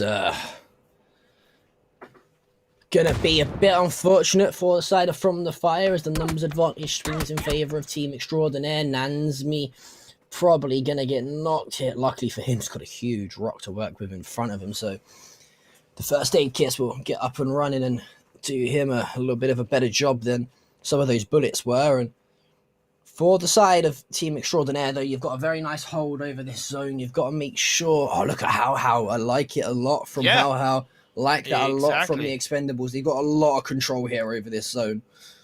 Broken Hearts being taken out opened that kind of southern edge of the circle so much more for the likes of How and a couple of other players, and it's forcing From the Future up towards the edge of the hillside that Myth hold on to. Now, this isn't a bad thing because I feel like it's overall a little bit more of an isolated team fight away from Team Extraordinaire, but they need to start making moves now. We're 30 seconds away from the end of Phase 8 closing out and getting into the final circle. Yeah, it's going to be a bit of now or never for some of these teams here, as you've got to say. Team Extraordinaire are looking likely here to put that win on the board, like I said, and put themselves into the 3 chicken dinner bracket for the sides of From the Future and Made in Thailand. Now, I'm just trying to take a little look at the terrain around. As soon as I think Myth advance past these sort of rocks here, there's not a lot of cover to work with. Off the back of this, they have got that big steep ridge in front of them, though, and well, here you go. This is what we're looking like from a bird's eye point of view. Man, YKQ and Hikaru pretty much trapped together. This will come down to whether or not How can find a kill. Team Extraordinaire technically don't need to do anything. They have 2 or 3 players that are pretty much in the dead center of this final circle. Once they don't move From the Future or Myth, they're going to naturally be put closer together with that blue zone. Look at this, though. Look at the aggression from this. Oh, love that. Love that. I like it a lot. I like it a lot. They just what we're seeing this player from Team Extraordinaire do is just delay the rotation as long as possible. There are the knocks. The side on Made in Thailand. They're gonna fall. It's all up to Escalusion. If there's one player that can have a clutch factor out. Oh, this is fantastic play from Team Extraordinaire. I absolutely love that from the side of Team Extraordinaire. It's a 4 versus 1. Team Extraordinaire have put the 3rd chicken dinner on the board with some beautiful, beautiful end phase play. Yeah, it was pretty much kind of written in stone as soon as that Phase 9 popped up. Hell, kind of Phase 8 and How wrapping around was so good, and that little proactive play from How was just that kind of respecting the fact that they can't rely on their position in the circle, right? It was kind of inevitable, right? From the Future Myth, they were just so close together, and as much as I appreciate what From the Future did in that game, I do think that, unfortunately, they were too passive towards the end. Yeah. They relied too much on their kind of compound. They weren't really as aggressive enough on the Myth, because there was points in that game where Team Extraordinaire weren't really going to punish From the Future, right? Because they hadn't really set themselves up. It's so hard to predict. I will give them that, right? Because they don't see what we see, right? We see where everybody is, but common sense says that when you are so late into the game, every single second counts, and if you are just that little bit too passive, you allow another team to get into a stronger position, and it makes your later game, your final moments, so much more difficult to deal with. I mean, I kind of understand it, though, from the Future. I think they were so heavily banking on the fact that the face could definitely shift in their favour, and if it did so, they had such a powerful spot in that compound, but unfortunately it doesn't, and it does swing slightly further out towards the west, and that opens the door for...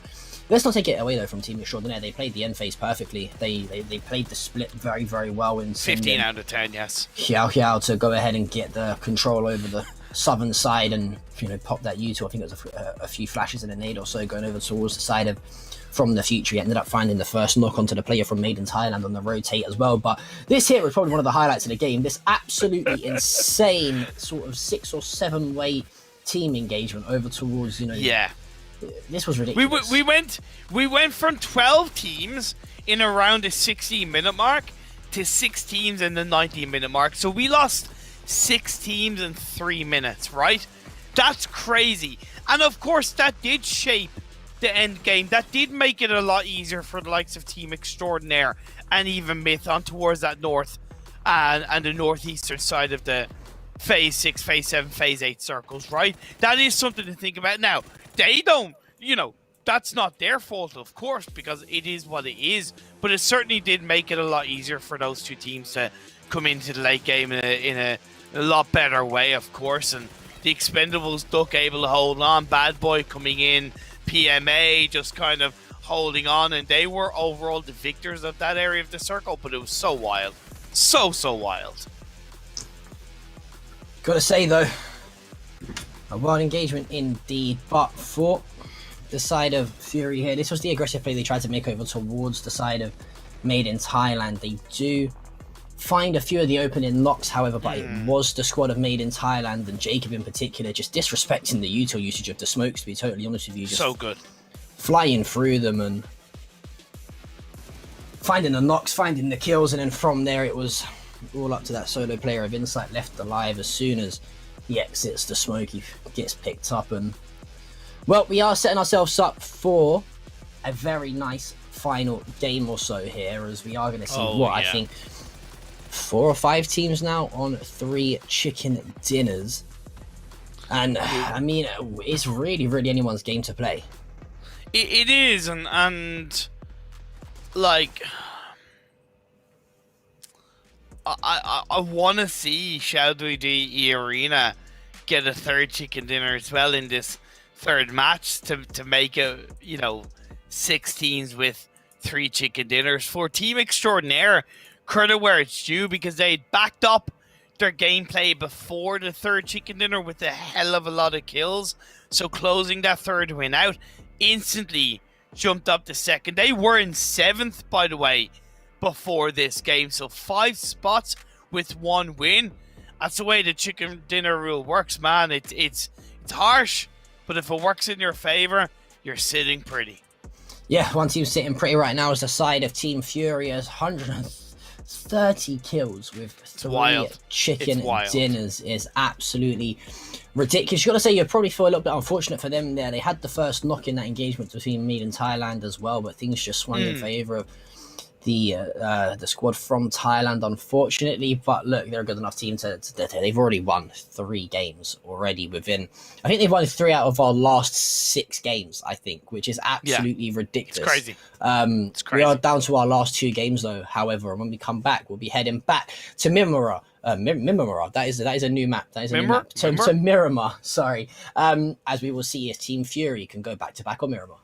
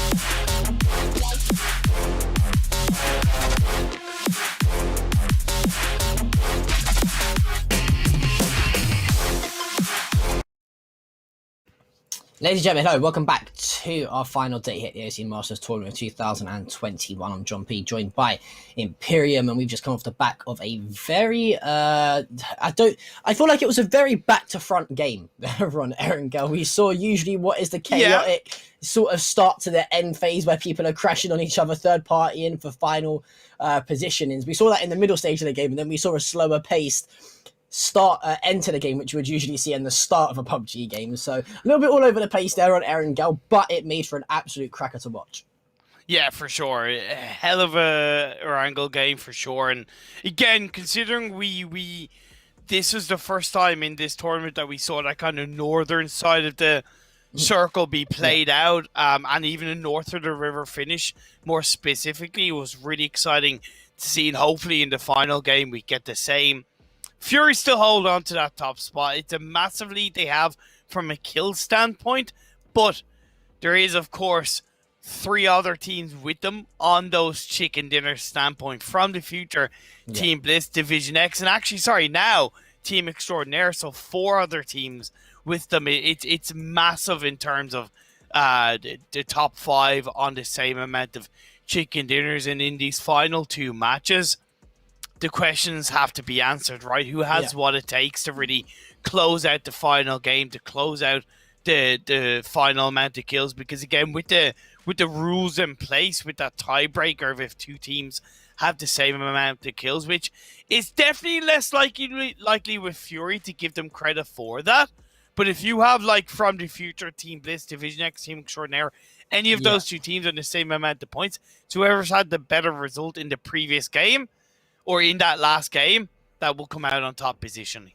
It's honestly, the chicken dinner rule set with the tie breaks as well is it's nerve biting to see, and we're just casters, analysts, whatever you want to call us, right? We're not the players actually playing the game itself. No. So I would definitely love to see the likes of SGDE Arena though win one of these, win this next game. We'll then be setting ourselves up with a sort of a 5 or a 6 way tie going into the last game in terms of chicken dinners, and it will be purely based on if one of those top 6 teams can finish and win the game, or if they'll finish with the most kills in that last match, for example. So absolutely loads to talk about going into the game. We are jumping back over onto Miramar, which we actually have seen a Fury pick up 2 of their chicken dinners on this same map. And I think they did both of their games that they won yesterday on Miramar. I think they might have. Yeah, so their 3 wins have all come from Miramar. Yeah. So if they win this Miramar game, then they'll have a 100% record over their wins and Miramar as a map. So technically you've got to put them in that in that kind of box on their own, and they are the team who've won the most amount of games in Miramar, so they have a higher success rate in Miramar compared to the other teams as well. So definitely excited to see what they can do. But I echo what you said about Xiaojuidi or an E Arena, one of those 2 teams getting just chicken dinner in Miramar. After Xiaojuidi's performance in the last Miramar game, I can't help but kind of put them as a team that's going to get the job done. But I know E Arena has certainly looked strong in Miramar. Indeed, we will have to wait and see what team looks the best here on Miramar, though. If you're a betting man, you'd probably say you got to swing to the likes of Fury, and just coming across the board as to who I've also thought have impressed me, SGDE Arena. So all of these teams sort of already within inside that top 6, top 7 mark will, of course, be wanting to impress. But let's take a little look at the playing path. It is starting towards the southern side of the map at the bottom of Los Leones, and it's going all the way across to the northwestern side as well. So a pretty bang straight line here on Miramar. Not too much to complain about if you're either one of these sets of teams. Going into this one, though, you've got to say, if you're the likes of the top 4, right, which is Fury, From the Future, the Expendables, and you've also got, not the Expendables, sorry, Team Extraordinaire, Team Bliss, and Division X, they're already all on 3 wins. If you can win this game going into the last, you are looking absolutely delightful.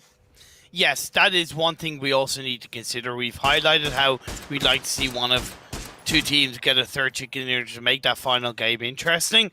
We got to commend that if one of the top 5 get a 4th chicken dinner.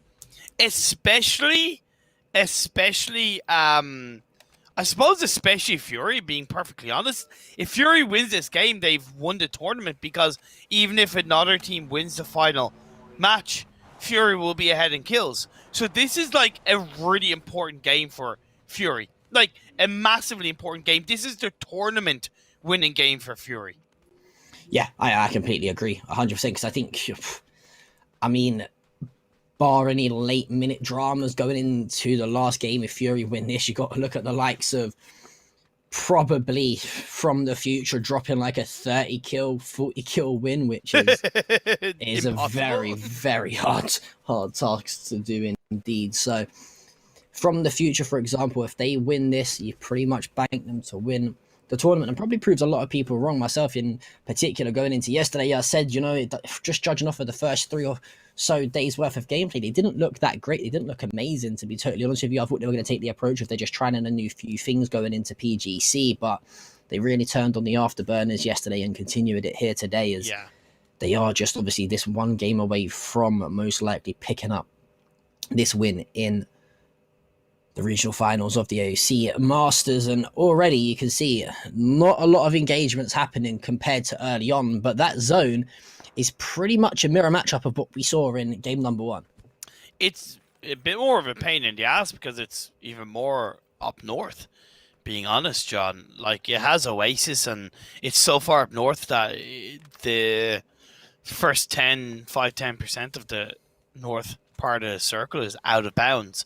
So really going to see a lot of teams look to control the kind of water treatment hill, the hill to the west of water treatment, which is very important to Team Fury kind of closing out that chicken dinner, because they had a good bit of that area under control throughout that whole game, Baonam as well. So yeah, there is definitely to an extent echoes of what we saw in the first Miramar game in this phase 1 circle, but we have to consider the kind of the Oasis and outside of Le Cabre area is a little bit stronger of a positional point in this phase 1 for the time being.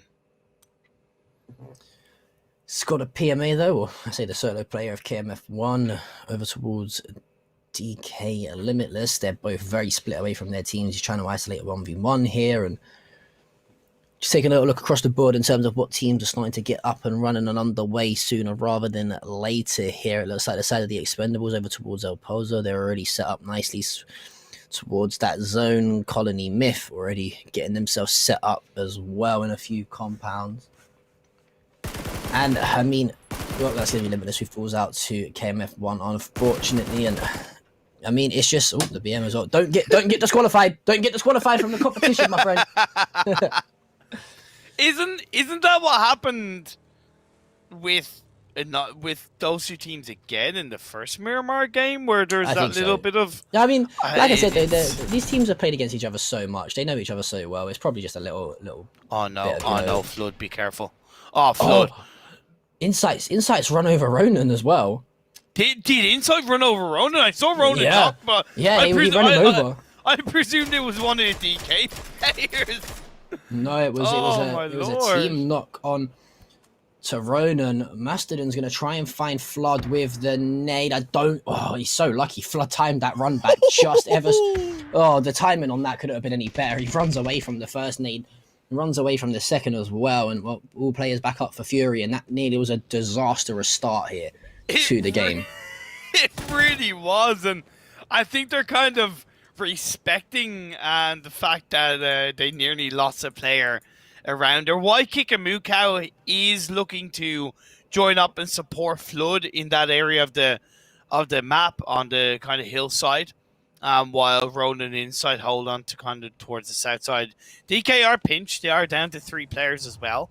They have lost one earlier on, so that of course is something to consider. Xiaoji Dui are continuing to loot up Picado. They have a bit of a solid entry point into this phase 1 from that Picado Hill. Another decent area of this phase 1 to hold on to would be that compound to the northwest of San Martin, because you're able to get a lot of information on the southern and the southeastern edge of the circle, while still keeping a massive eye on the likes of the water treatment hill, the crater fields hill, areas around the kind of more central part of phase one. So I'd be curious to see if anybody goes there for the time being while the Expendables and NRX engaging on each other. True, there's some nice shots from Nicel, but not. Yes, it is indeed enough to get a knock at the show. Yeah, Machine's going to drop as well. One thing to mention, Techstar from the side of Team Bliss has decided to leap his way to his death and found himself knocked, but Levis is there to trade things straight back through. NRX can't get away from this engagement just yet, it seems, as it's decided the Expendables are there. Some great shots from Duck. I think he might just make it around that ridge. Oh, is it Levis? Sorry, I thought it was Duck that found the knock. I apologize. Cool, but either way, though, NRX, they've tried to go for that straight through the middle rotation of the phase, and they've been caught by the side of the Expendables. And I like this here from I like it from the Expendables, though. They're just trying to get things sorted as quickly as possible. Don't allow them to get the res and cause you any trouble. It's a very nice play here from the Expendables. Yeah, a lovely smoke by Levi's as well. 777 pushes in. It's going to be a confirmation. Just one more player of NRX inside the middle of the smoke, and Levi's and the rest of the crew will just wait it down. Losing Jun is definitely difficult to deal with for the Expendables because we've highlighted how good Jun has been in these games for his side. Look, wrapping around the other side, and Levi's finishes the job. And I think it's good that Levi's finished that because I think he's the one that really kicked off the start of that fight for the Expendables, and he deserves to get that final kill. So good job. Looks like those two teams slightly further out of the phase of PMA and BBA. They're pretty much taking a team fight here, or the two players of BBA, should I say, up against the players of PMA. It's going to be PTR who's going to find the first on two icons. KMF1, though, trying to spot out a little bit of information. I don't think he's going to be able to do anything in terms of damage there, but, well, is this an actual replication of what we saw literally on this exact map a second ago of Boundham United? They're already set up in this compound, and SGD, they want to take control of it. Zesto finds one, finds the second as well, and, well, for the side of SGD, that's fallen completely as part. He found three! He found three! That's ridiculous from Zest. Okay, so...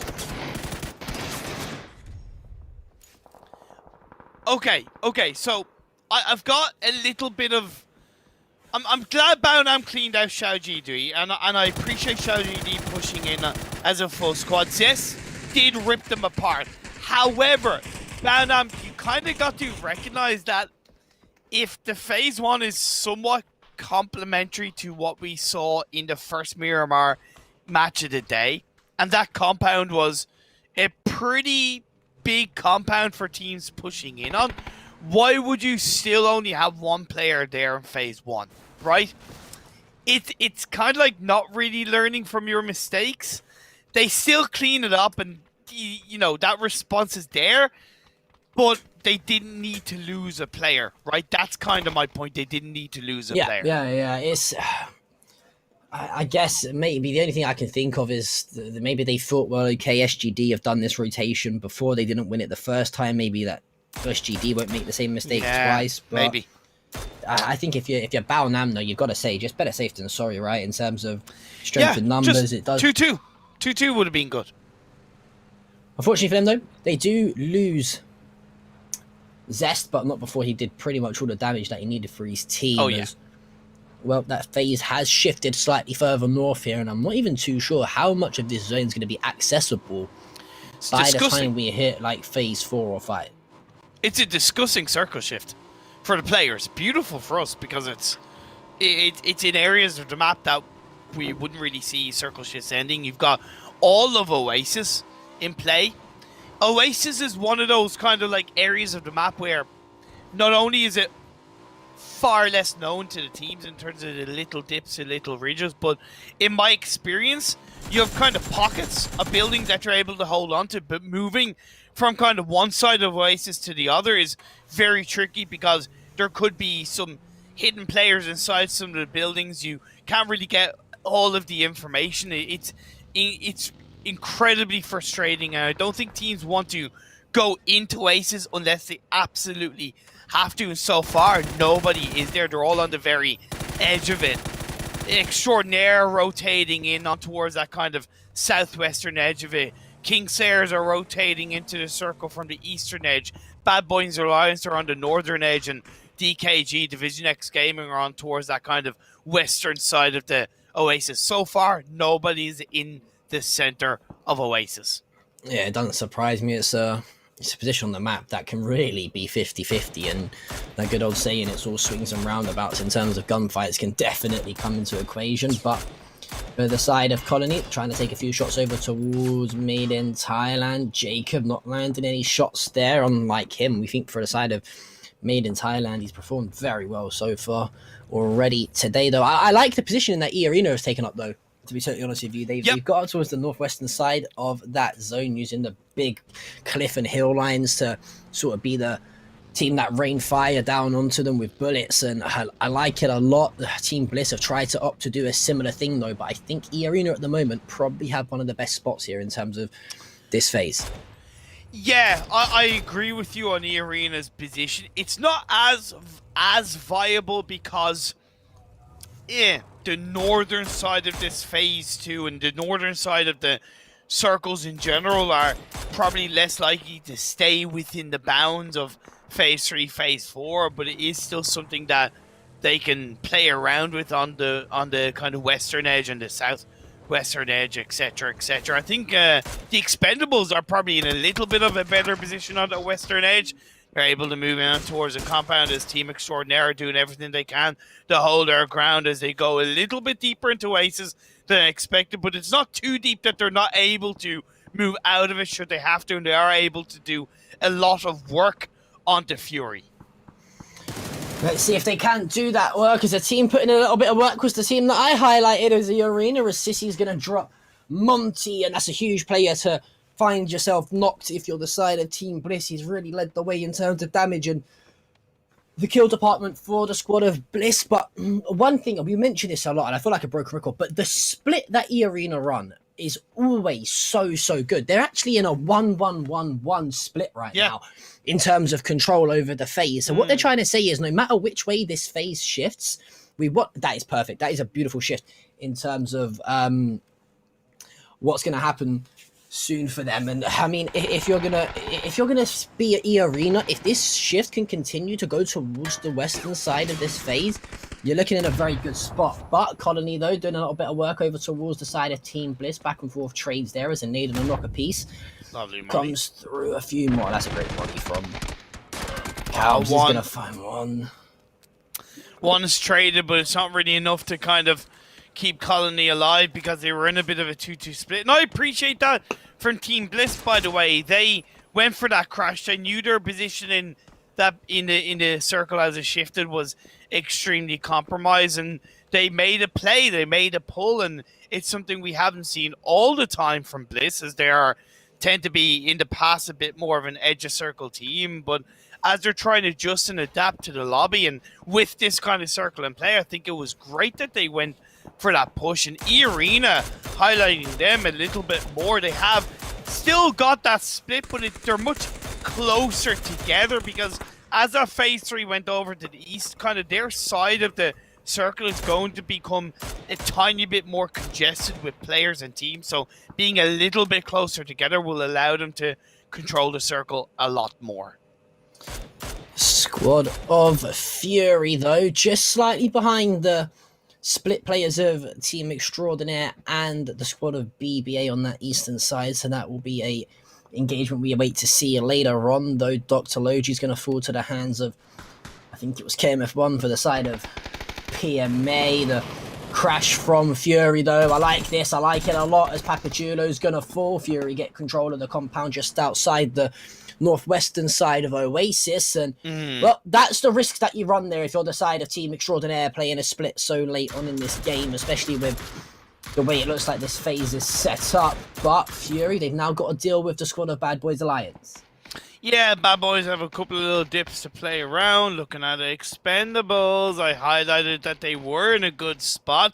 Iron Frost has absolutely no idea that Levi's is there.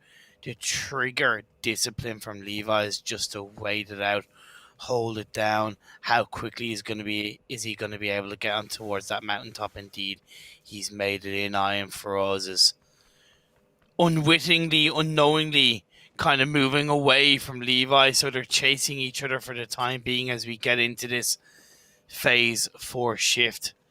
In the next 1 second, it's come through and it has gone pretty big over towards the western side, so E Arena are going to have to reconsider how they want to maneuver into this circle. They have KM99 close by Sissy as well, but when you have the 2-man team of Team Extraordinaire, the 2-man team of Colony, the 3-man team of Team Bliss kind of waiting in the shadows on that centered area of this phase 4, it's not going to be easy for E Arena.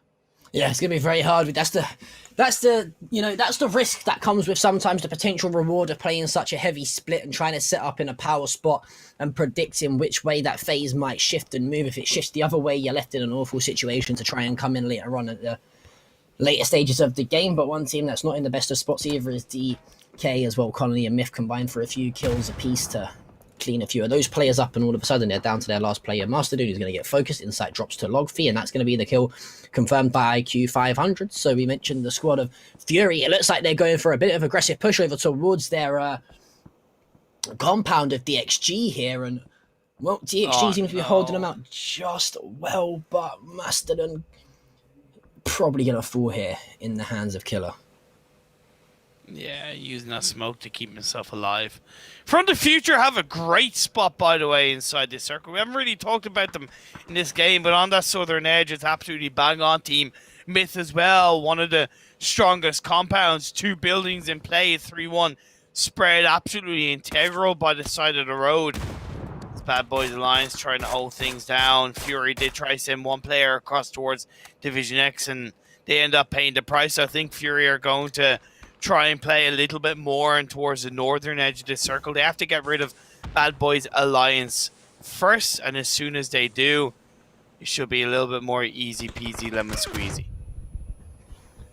Yeah, but sometimes easier said than done in a game of PUBG, as Flood's going to find Petra from the side of BBA. That's them, unfortunately eliminated from this game. And we've already highlighted how important it is for Fury to try and win this game, right? If Fury win this game, they probably confirm themselves the first place spot. But if you're the side of Team Extraordinaire from the Future, Team Bliss, DXG, though, all still alive at the moment with 3 chicken dinners on the board already. You've also got to think there might be a little chink in the armor here from Fury at times, and well, that one thing being that player insight eliminated. I think there is definitely potential here for one of these teams from 2nd through to 5th to try and cause Fury some trouble, and it looks like DXG, they want to be that team.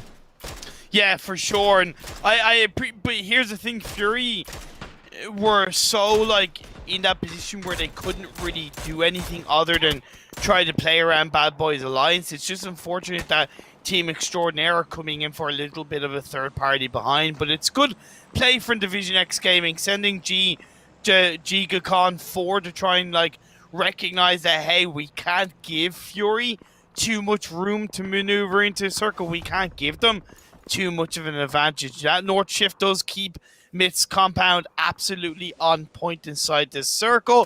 From the Future are going to have to move around. Colony are looking pretty good, and so are Team Bliss. It wouldn't surprise if we see the likes of the Expendables or From the Future try and crash onto one of these sites that Colony and Myth are sort of occupying, and trying to just go, you know what, let's go gung-ho about it and fight fire for fire and try and win the engagements. But for the side of Team Extraordinaire, down to their 2 remaining players as Jacob finds the kill onto Youngby.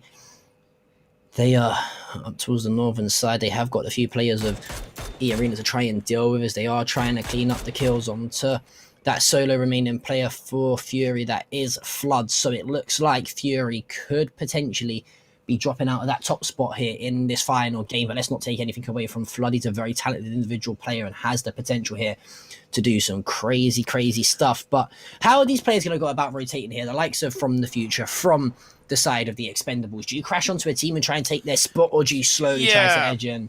I can't help but feel that this part of the circle, or this part of the map, should I say, is just about trying to take as much control of as small area as you can, and trying to be in between that is just kind of so hard to deal with. But as From the Future do try to send it up closer towards the colony, they do get third-partied by the members of the Expendables. You just seen Fury go down, and look, it's not the end of the world for them, but unfortunately for them, all of the other teams with 3 chicken dinners are still alive now. It's not looking the best for Team Extraordinaire as they're down to just 1 player with another one knocked.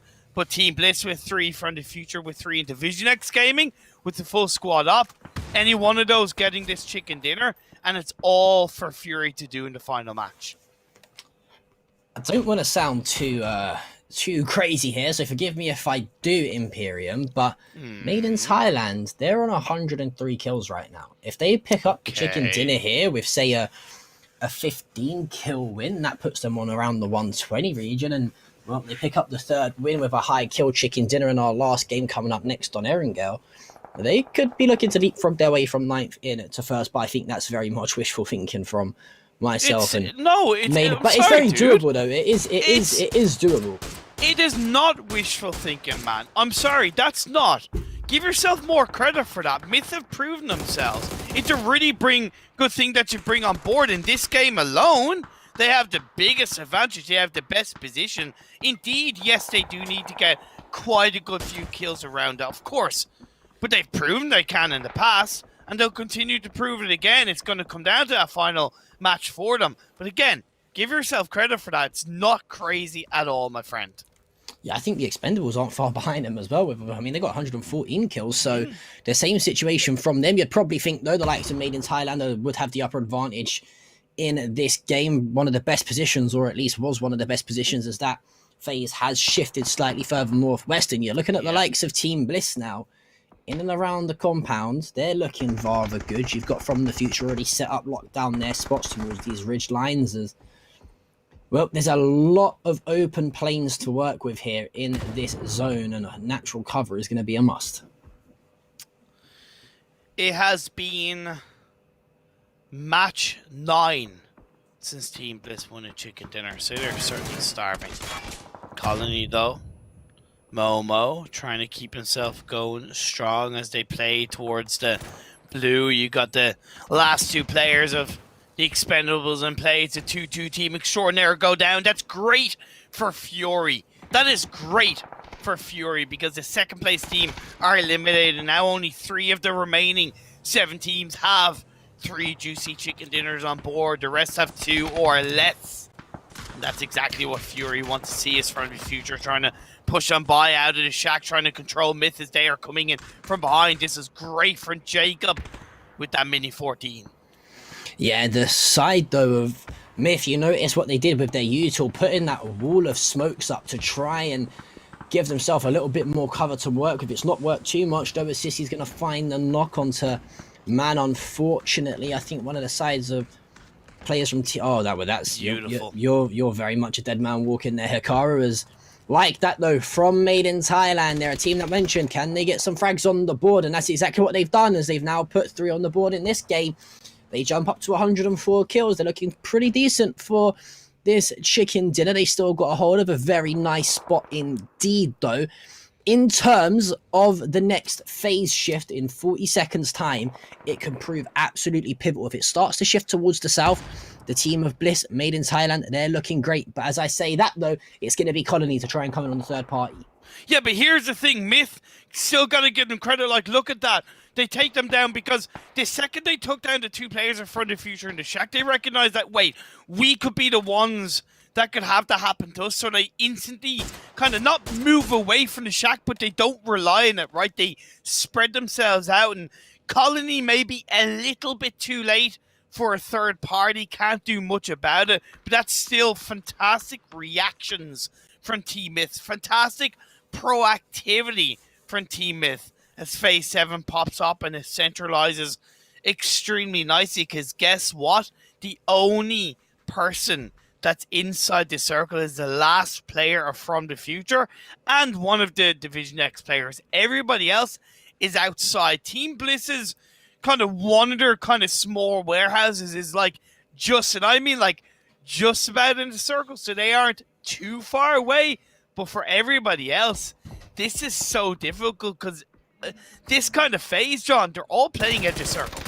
Yeah, it's going to be hard for sure. As well, this is going to fall. That's the remaining player from the Expendables that is dropped. I think though, for the side of DXG, I'm not too sure if they know that there is a solo player of Broken Hearts from the future over towards that solo shack. Yeah. They might send the player over to try and get control of that. True. But you mentioned that this is going to be a very much back to the blue, edge of the zone and edge of the phase type of play style.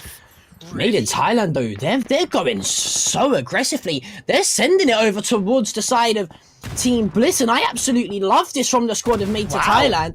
There you go. There's the first 2 knocks, or maybe there's not. Esqualesia, probably the most consistent player, but it doesn't matter because Nansmi's there to find 2, and all of a sudden, it's all up to Rain. There goes Team Bliss. Made in Thailand are here to play. Yeah, when Esqualesia drops down, you rogue Namzi there to save the day, and no better gun to do it on with the Grows in play. What a rotation from Myth. What a message to send to the rest of the lobby and say, we're not here to win. We are here to take over. And that's exactly what they've done. I will say that Team Bliss's position in the circle was pretty good. That's why the very edge of the building and the little hill to the left is kind of away from E-Arena, so they have a bit more of a wayside to play with, and Jacob instantly sends it out. This is amazing from Myth. Yeah, fantastic stuff from them. DXG, though, trying to do a little bit of work, and, well, you can sort of see what DXG are doing, similar to what the side of Team Extraordinaire did in the last game. We saw them pick up a win on. They're trying to split out and control this phase as much as possible. They have got 1 player, or make it 2, I think, of E-Arena left to deal with. That's going to be Lyrics and KM99. The knock comes through from Nansmi, though. So, for the side of Myth, they could be in some sort of 4v4 here against the team of DXG, as it looks like E-Arena and from the future, though. That solo player, Broken Hearts, hugging the edge of the zone. He's been spotted, though. He's very much a dead man walking. This is going to be another kill. And I mentioned, if we can see Myth drop a 10 or 15 kill win here, they're back in the mixer, and, well, they're sitting on 10 already and probably going to make it 11 once they find Broken Hearts. If they win this game with, let's say, 11 kills, let's say 11 kills, they win this game, and that's going to put them on 111 and only 20 kills or so away from Fury should he get a 3rd chicken dinner. So you're right, Myth still need another 5 to 6 kills, but that's why they played so proactively in this game, right? They're not just playing for the win, they're playing for the regional finals win, they're playing for the first place overall in the standings, and you can see that on their play style. But the circle does shift in the direction of Division X Gaming. Myth have to continue to move forward. They know exactly where that last player from the future is, and you gotta say that the last player from the future is kind of delaying this clean 4v4 fight of the final 2 teams. And I think they both want this final kill as well, because they know that the kills are going to be so vital in the latter stages of the next game. Is it going to be Made in Thailand to find the kills? I know what. I think Broken Hearts here is probably just trying to survive as long as possible in the blue. It's not going to last too much longer, though. 1 bullet will probably finish him off. I'm pretty sure he's trying not to give anyone the kill there. Exactly. I don't blame him for that at all, as he knows that the teams are close behind him in terms of the kill count. But here we go then, a 4 versus 4 between the side of Made in Thailand and Division X Gaming. The winner of this will put themselves in a great spot. If DX win this, they go top. Neil needs to wrap around and try and deal with one of the players towards Division X log fight. You take him down and you have a bit more of a control inside the circle. I also love that Neil T used a vehicle to push a little bit more to the side with the 3 other players. You can see IQ 500 trying to be the transitional person, but that's exactly what Myth needed to do. Rogue Namzi onto log fight to open the doors. Yep, the doors have very much been blown off here in the 4 versus 4, as that's going to be Logfi, who has found the nades coming through. Look at the util usage from Myth. Unfortunately, all going to fall slightly short, but them players from Myth, though, they're slightly closer towards the centre of that zone, and we have to see the squad of DXG slowly make their way up the top of a ridge. There's the confirmation of the kill, though. So, 4 versus 3, Thanawat very much beautiful. behind this rock. Oh, some shots coming back though. However, 31 damage done as well. IQ 500 finds the knock. So Made in Thailand, they've done all they can thus far. Or are they going to fall at the final hurdle? Yeah, but Division X Gaming, you said it, they're further away from the edge of the circle, so they need to take this knock and they need to run with it. They've evened the scores when it comes to the bodies on the lobby, but the edge of the circle is against DXG. Very, very hard situation for DXG to deal with here. They pretty much just got to try and fly out and try and find a knock. If they can find another knock, it opens up the door so much that Made not going to execute though as IQ 5. Oh, Jacob! Jacob finds 2! The third comes through, and Made in Thailand, they put that important second chicken dinner on the board. And well, now have we just found ourselves another team to throw into the mix going into our final game? Yes, 1,000 times yes, 1,000,000 times yes. I know they haven't got the third chicken dinner, but Jesus H. Mary, Mother of Christ, that performance was from Myth was just game changing. It was soul destroying in all the right ways. They just owned that game. They owned it. It was like shades of what Fury did yesterday, right? Just that kind of not taking anything for granted. They pushed on the front of the future in the shack, took down 2 of their players. They took down the last player of I think it was the Expendables maybe. They took down Bliss. They took down Colony. Every single place they went, and let's be fair, they had a fantastic compound up until I think phase 5, phase 6 when it shifted away. But again, they didn't take it for granted. It was just such good gameplay for Myth.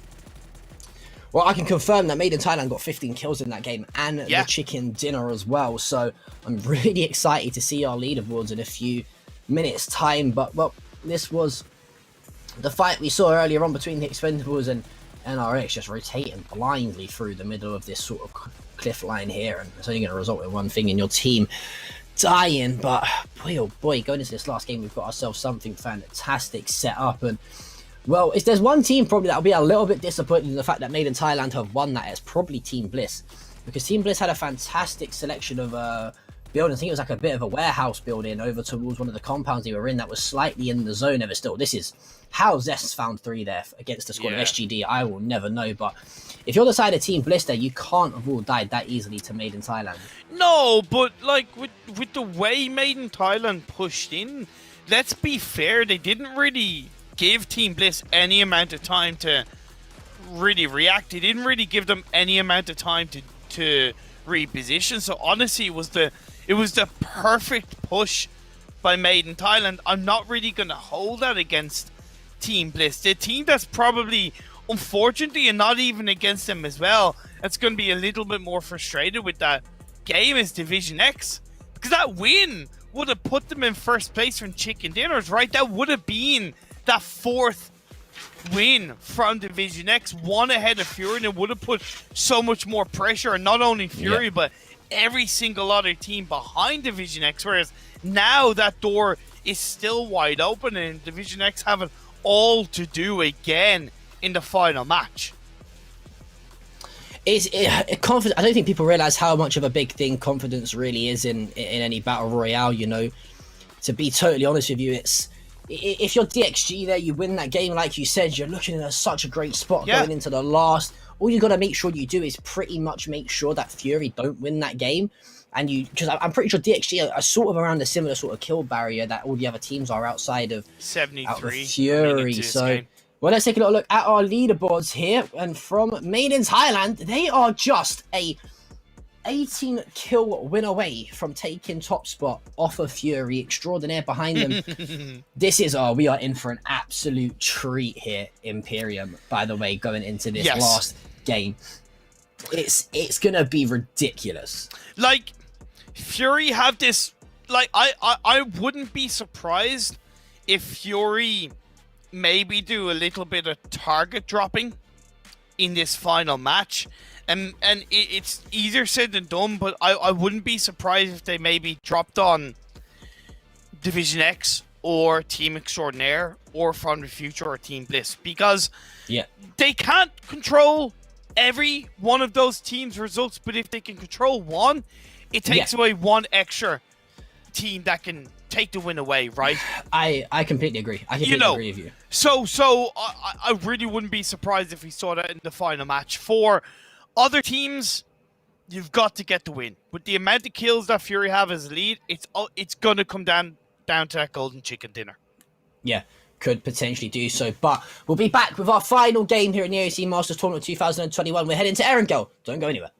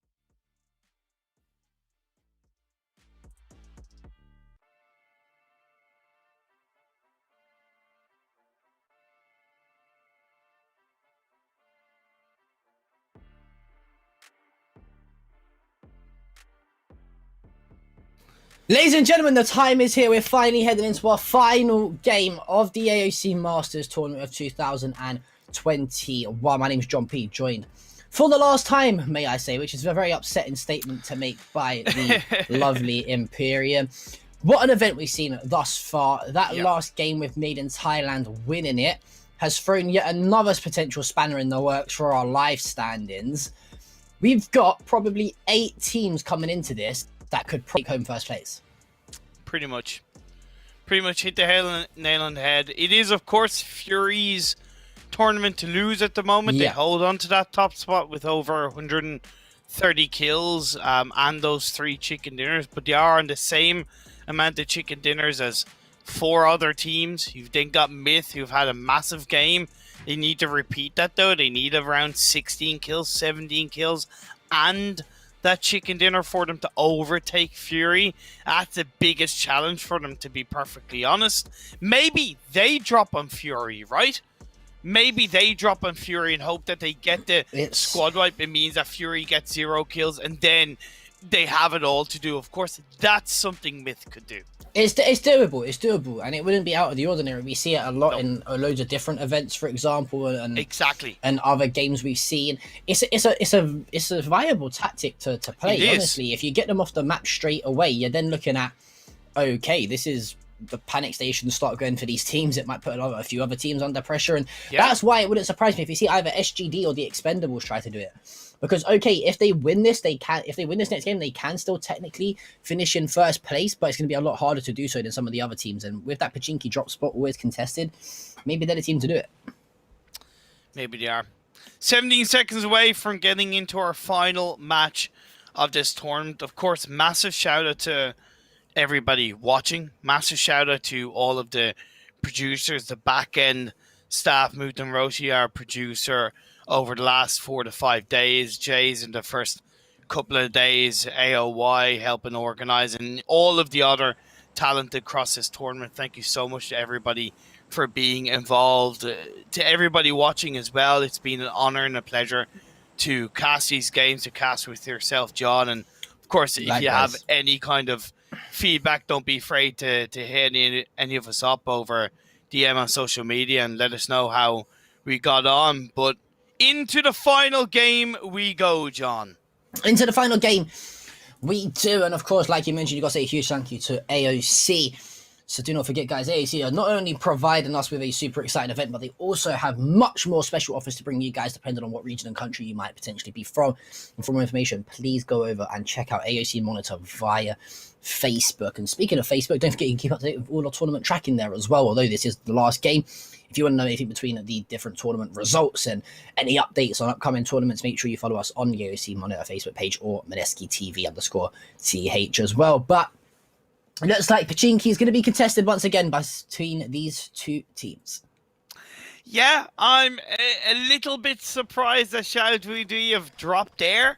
And the Expendables, okay. They only have 1 chicken dinner, so they have a lot less to lose. Teddy, he's lost his life, and that makes it so much harder for Xiaojuidi. A man down, your back is surely against the wall. Will the likes of Shen, who's proven himself as a big player in this lobby over the day so far, will he be able to pull out another clutch for his side? Time will most definitely tell, as it is the Expendables with the upper hand advantage in this team fight. And, well, you got to say the Expendables, they've come out on top most of the time.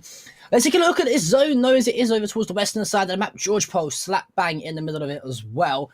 So already Fury DXG looking good in the center of the zone. Notice, however, though, Fury usually drop over towards military base here. However, they've elected to take up Georgia Pole. Yes, but George Paul is a drop that they've dropped in the past, so I don't think it's outside the realms of normality, but I really want to believe that it's also part of the fact that maybe they were a little bit afraid of being dropped on in military base. Now, the plane path didn't promote a military base drop, but I honestly, I'm just going to let, my mind run a little bit wild and allow myself to believe that a little bit of a fear of being dropped on was part of the process behind Fury dropping in North George. Yeah, definitely a potential as Uption's going to finish the... I thought he was going to finish the kill onto 777 then, but no, he just jumped down and found the other kill onto June as well. So it's up to Duck and Levis to try and keep themselves alive here and the dream alive for the Expendables, even though they most definitely will not be winning this game. But there is literally, what, 1, 2, 3, 4, 5, 6, 8 teams here very much in a winnable position, or maybe let's say 7E Arena. They've got to drop literally like a 60 kill game in order to win it, but for the squad of Myth and SGD, though, still doable, but they can't lose too many more players, and, well, it doesn't look like they are, as June and 777 are going to be instantly finished off again, Dark Forwards, and it's all up to Leviz. Leviz is going to be able to get the revive under June, which is quite important. I know the body advantage to Nixenko going over to Shadow D, so I'm a little bit surprised that they didn't push that, but maybe they're trying to play a little bit safer when it comes to wanting to keep the extra bodies alive, so getting that revive onto Opchen and as a trio could be quite valuable indeed, but the stairs is being held onto by Levi's for the time being. The shotgun play for Shen.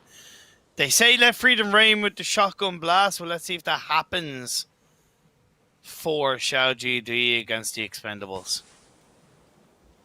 It's going to be very hard, though, for the Expendables to play a disadvantage, but as we step aside from that engagement and focus on the one between DK and KSR, which is going to be a Kingslayer. Looks like the DK players are trying to collapse over towards... Wait, did we just see SGD eliminate the Expendables finally? I think we did, yeah, on the other side of the map. That yep, engagement does come to a conclusion, but Jagger trying to rotate his way over towards his teammate and help him out. That's just going to give some more information, though, to the side of DK as to where this Kingslayer team is. Kingslayer's not really in a running to do too much. 53 kills. This is actually a fight for an extra position at least, so Pride will come into play if Kingslayers can come out on top in this fight. The extra kills will put them ahead of DK. They can't really do enough to get ahead of PMA in the overall standing, so there's only one position dividing these two teams, and even NRX down below can't really do too much, but Jason seals a knock on to Mastodon, and that puts the side of DK now down to just one.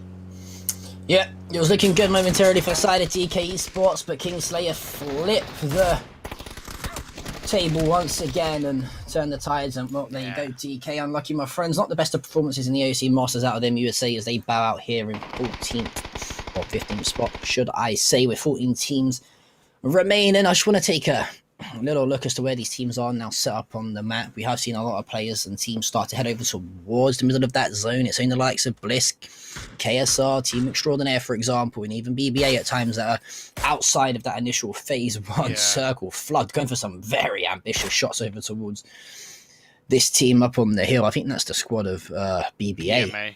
No, it's PMA. PMA, oh, sorry, of PMA there. They are absolutely miles away. PMA are in a good spot in Everest. With Everest, it's a very tricky area of the map to hold on to, right? Because you have entry points on the west side and the east side of the Everest. So you don't really want to hold the central part, but you also don't want to really commit everything to one side. So that 2-2 split from PMA, I think, is the best of both worlds on this phase 1. Fury executing a great rotation from North George fairly early on, to the point where they have 2 in the building across the road, 2 in the building to the north of the river, just outside North George. Couldn't ask for a better position. Baunam, gotta give them credit. They do have one by the Chop 6 area, which could be quite good, because Chop 6 is a great part of this phase 1. Outside of that, let's be fair, this phase 1 does have about 10-15% water in play, so it is kind of tricky for a lot of these teams. And with Everest in play, it really blocks off a lot of information you're going to get when you're on that kind of southern half of the circle.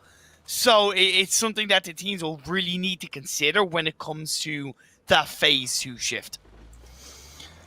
How many times have we seen, though, that, you know, people have set themselves up in one spot, for example, trying to predict what happens in the phase, and the complete opposite happens? It's just a really PUBG. So phase 2 and in particular phase 3, those shifts are very wow. much important as Cabs tries to go for the drive-by onto Neil. Doesn't finish the knock though, as it's 13 HP and somehow Come on, Division X.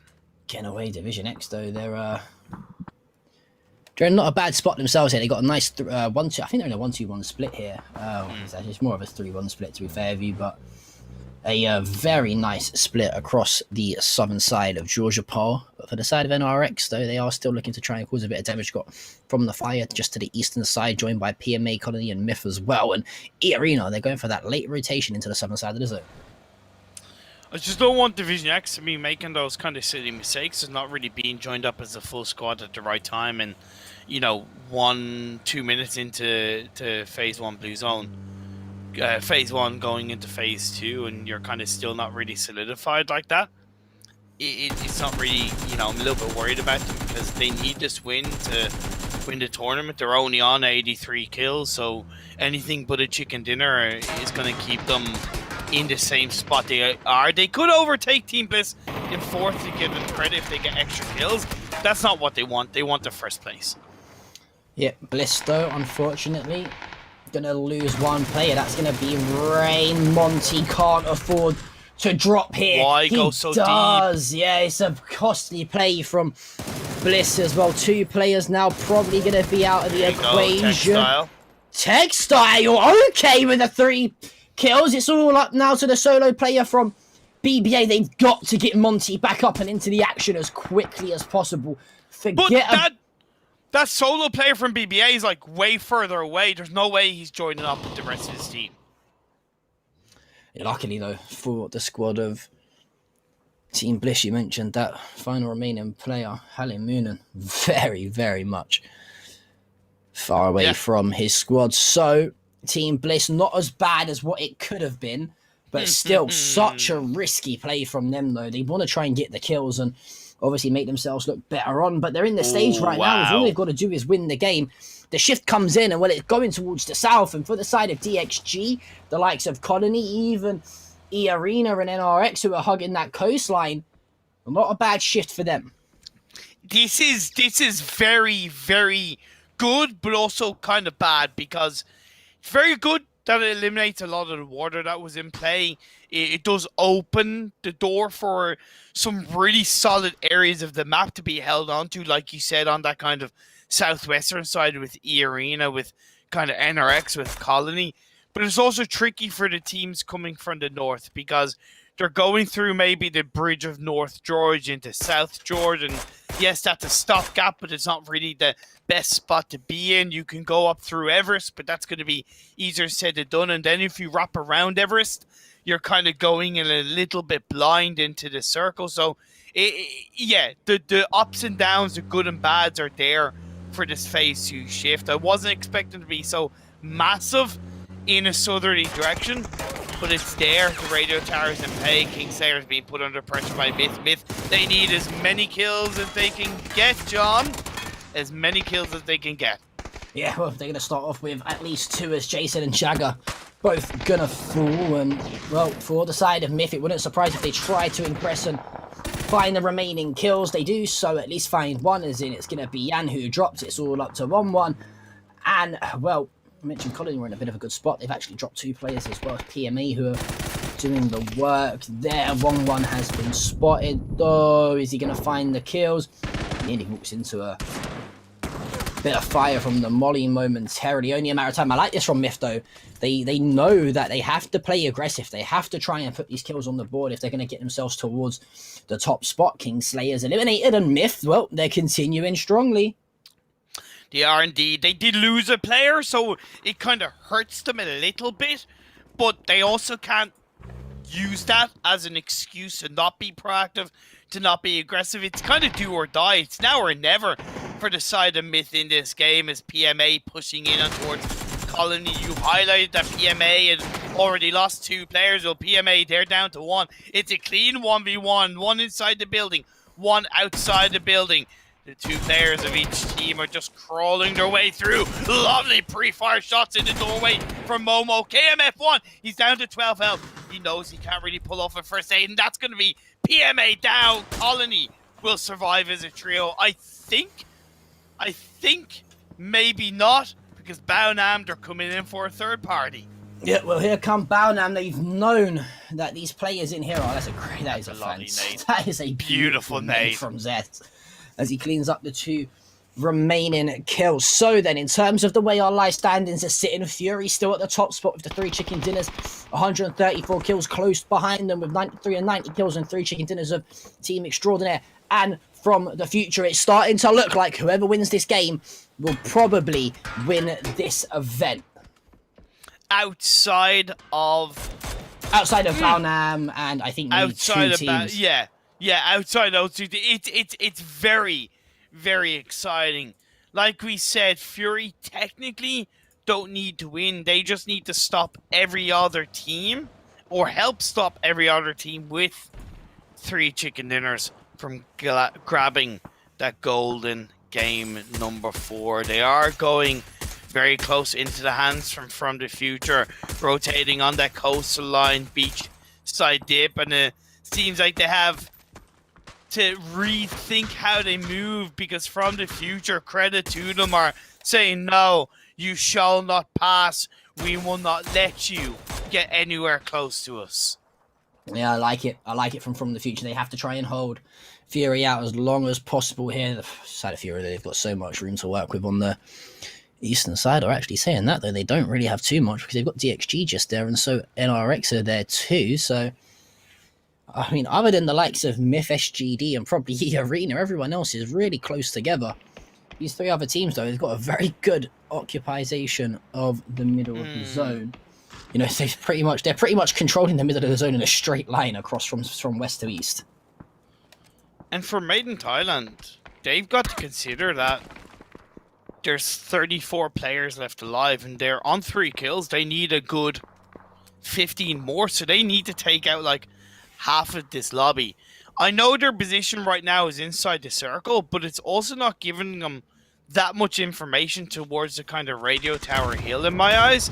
They need to do what they were kind of doing in the Miramar game and start to be a little bit more proactive. As Fury are being proactive on the front of the future, they're going for the push, they're going for the fight, and this is kind of what Fury need to do. Eliminate from the future, and that's one team with the 3rd chicken dinner that are not going to get their 4th. Unfortunately, it doesn't look. But Broken Hearts has actually found another knock as well. This is it. This is it. This has to be the play from the future. They have to push this engagement. But guess what? White Kikamuka is going to find one. Hikaru's going to drop floods there for the 3rd party, but he's instantly dropped to 20 HP. He finds the kill though, and somehow the duo of Fury survive. Flood drops, so it doesn't matter. The revives will come through, and from the future, that was the play they had to make to try and keep the squad of Fury out. But guess what? Here come Team Extraordinaire as they smell there might be a little bit of potential here, and the crash comes through. I love this from Team Extraordinaire. Can you smell what the Extraordinaire is cooking? They're gonna lay it to smack it down on all of the candy asses of Team Fury. I respect what Fury did, taking down another team that had 3 chicken dinners, but Team Extraordinaire, they're currently lying down in towards that 2nd spot with their 3 chicken dinners, but how gets knocked inside is not done. Fury are not done. Inside CIGL, the pre-fire comes out, but doesn't work out. Why kick a mook out? He's down to 27 health. The pre-fire lays out. He gets a knock. He needs to find one more kill. One more kill in the 1v2, but he goes down. Fury are out of here. Team Extraordinaire, they eliminate them. Yeah, if you've seen that there, and you are a player of the likes of DXG, Team Bliss, Made in Thailand, and even the likes of E Arena, you are smiling at yourselves right now to say, this is it. The front door has very much been open for us, and DXG, Team Extraordinaire, Team Bliss, all they've got to do is try and survive towards the end phase and win this game, and they will claim top spot. DXG, though, well, they're not done just yet. They're going to find a few nades. It's going to be Godace who falls to the hands of Gagakon and Neil T. But boy, oh boy, Fury, they've fallen a little bit sooner than they would expect to have, and that right there has really thrown a spanner in the works. Now we see this fight between Baonam and Division X. IQ 500 with a great rotation. It's with a vehicle, so It's heard. It's been spotted out, so good reaction from Young Boy, but I appreciate what IQ 500 is trying to do, and it works out in his favour. He gets a knock onto Young Boy. Neil T confirms that kill onto Young Boy. Now the wraparound comes through, but Neil T doesn't watch his back. He does get knocked, but in the end, Giga Khan is there to finish the job, and Division X keep themselves alive. Phase 4 popped up though, John. It's gone down south. They're going to have to move in while NRX and Team Extraordinaire. This is absolutely wild. Brash and bold from Team Extraordinaire through the fields of Gatka. Yeah, it's the Team Extraordinaire though. They want to make sure that they dictate every single opportunity that they have. Unfortunately, Papachula was dropped, so just the 2 remaining players left for them. Are they trying to get aggressive here over towards the duo split from E-Arena? I'm not too sure if they are. I don't know if I agree with that or not. As they are going to hop out, try and use that natural terrain and cover behind the vehicles too to keep themselves alive for a little bit longer. But I think by doing that, they've thrown themselves in a bit of an awful spot. The nades come through. Sissy's there to find the kill. Papachula's confirmed. It's all up to Trick. For the side of Team Extraordinaire, it seems to have very much all fallen apart here as they made the play onto Fury, but from there, they get dropped. I don't know, and that's the thing, I don't know why they made that wild, desperate rotation through those fields. They could have stuck towards a coastline, edged their way in. They knew that fight with Fury had kind of delayed their ability to move in. They were already coming outside the circle. Teams were already going to be somewhat pretty solidified inside this phase 4, so as much as the Team Extraordinaire did well, it was also their own undoing why they've ended up going down, and that's definitely gone into the hands of E-Arena, right? They do have only 2 chicken dinners, and with a third, they're not going to win, but they can at least overtake Team Extraordinaire in that secondary spot, because From the Future are taken out. They were lying in third coming into this game, so once again, the door is open for the top 3, but as of right now, despite them being taken down, Fury are still in the top spot. Yeah, it's just going to literally come down though, right, to whether or not DXG and Team Bliss can pick up the chicken dinner. If they don't, it's probably looking good from Fury. Monty, you can't get too aggressive here. It's real nail biting stuff here, Imperium, because it's like you guys are you're a duo. I know you got to try and get the information and find some kills to try and advance and make the play, but on the flip side of it though, you know that if you pick up the chicken dinner right as a duo, you're gonna win the event. So it's really hard here for these teams to decide and dictate what they want to do and when to do it. Just looking at this phase though, we have got about 1 minute and 50 odd seconds left to try and find something here. If you're one of these sides, I think though, for these 2 teams of DXG and Bliss, out of the 2, it's probably DXG that look slightly better, and Lyrics nearly finding the headshot there with the SLR. I think that was onto one of the DXG players, but still Monty engaging SGD. This is really back and forth stuff here, Imperium.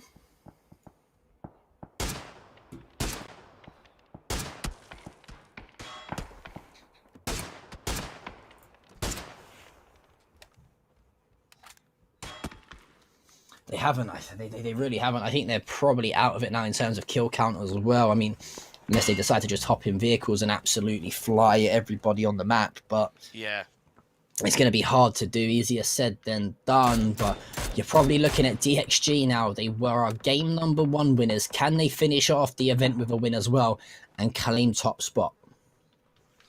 I think they can, but also E-Arena, I've kind of got to get behind them a little bit. Team Bliss, they're down to 2 players, so really it's not going to be easy for them. It's going to require so many other teams around them picking each other off and just hoping that all the things align in the world of the PUBG gods in their favor and they end up claiming the chicken dinner. The next circle is about to shift up. We're 16 seconds away. Myth have lost 1, but the revive will come out and that'll keep them up as a 3-person team. The smokes go across the wall. Division X Gaming working wonderfully to suppress the members of Team Bliss.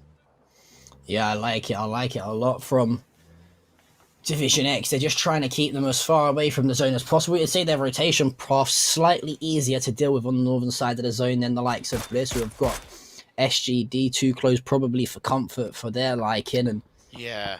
Arena, they do this so well. The 2-2 split, they send 2 players off to anchor inside the zone, and the other 2 really hug the back of the blue to try and stop as many people advancing into this phase as possible. But with 6 teams left here now, Imperium, 17 players alive, it's not long before we'll be starting to see who is looking likely to not only take this chicken dinner, but take the AOC Masters.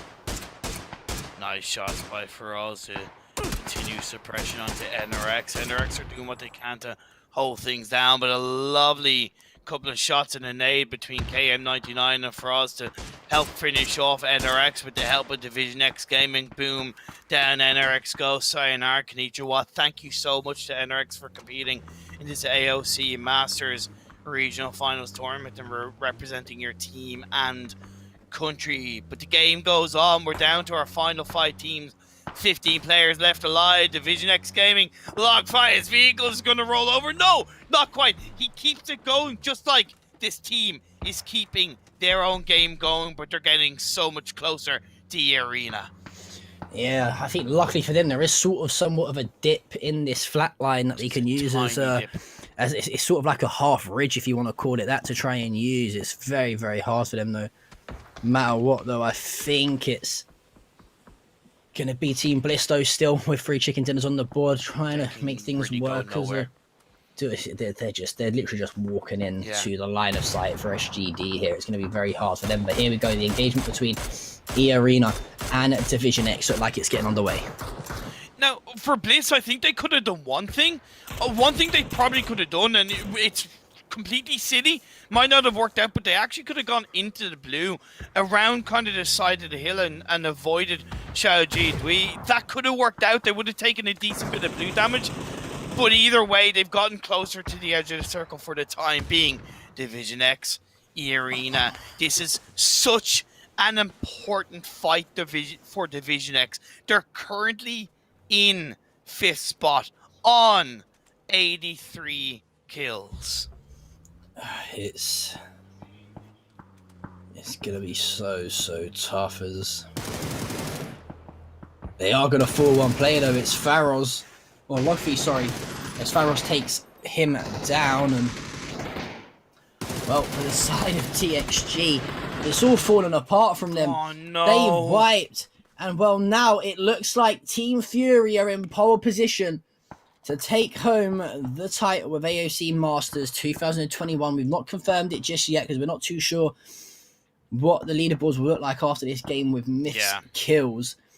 But just judging off my mental maths, I think, and I say this with not a lot of confidence, but I think Fury have just done it. I think they have. Every single team that was on the same amount of chicken dinners as them are down and out. Myth are on 116 kills, but they've been kind of quiet in this game with only kind of 1 squad wipe earlier on. I believe they maybe have 3 or 4 kills and they needed 15 to 18 or something like that. And with only so many players left, it's probably not going to be enough. But let's be fair, 2nd, 3rd, and 4th are there for the taking between either one of these teams. So it's still a very important game for the top 3. Xiaoji Dui, they've been close. They've been close game after game. They've battled in Pachinki and Arangale. They fought through Picado in Miramar, and they're in to the final 3 of the last game of the AOC Masters. Yeah, well, Shen is going to fall, unfortunately. So Myth draw first blood here in these final engagements, and for deciding made in Thailand, I think they are just going to fall short, unfortunately, as they think they know they've got to try and advance for these kills here, but they are trying to play for the improvements on that prize pool, of course. $3,000, the mouse, keyboard, headset, and brand new AOC monitor going home to the first place team. So they're going to try and get themselves in the mixer of those cash prizes and peripheral prizes too. But for E-Arena, though, the player advantage, probably you would say the position advantage ever so slightly too. They're looking good here to finally put the 3rd on the board, but it's probably too little too late. Sanawad and Rogue Namdi, the last 2 players up for the side of Myth. They've on either side of the road. I appreciate what Thanawat was doing, going quite heavily forward off the back of the knock on the Shen, and they control the Shack. Xiaoji Dui are kind of aware that they don't want to push too far forward.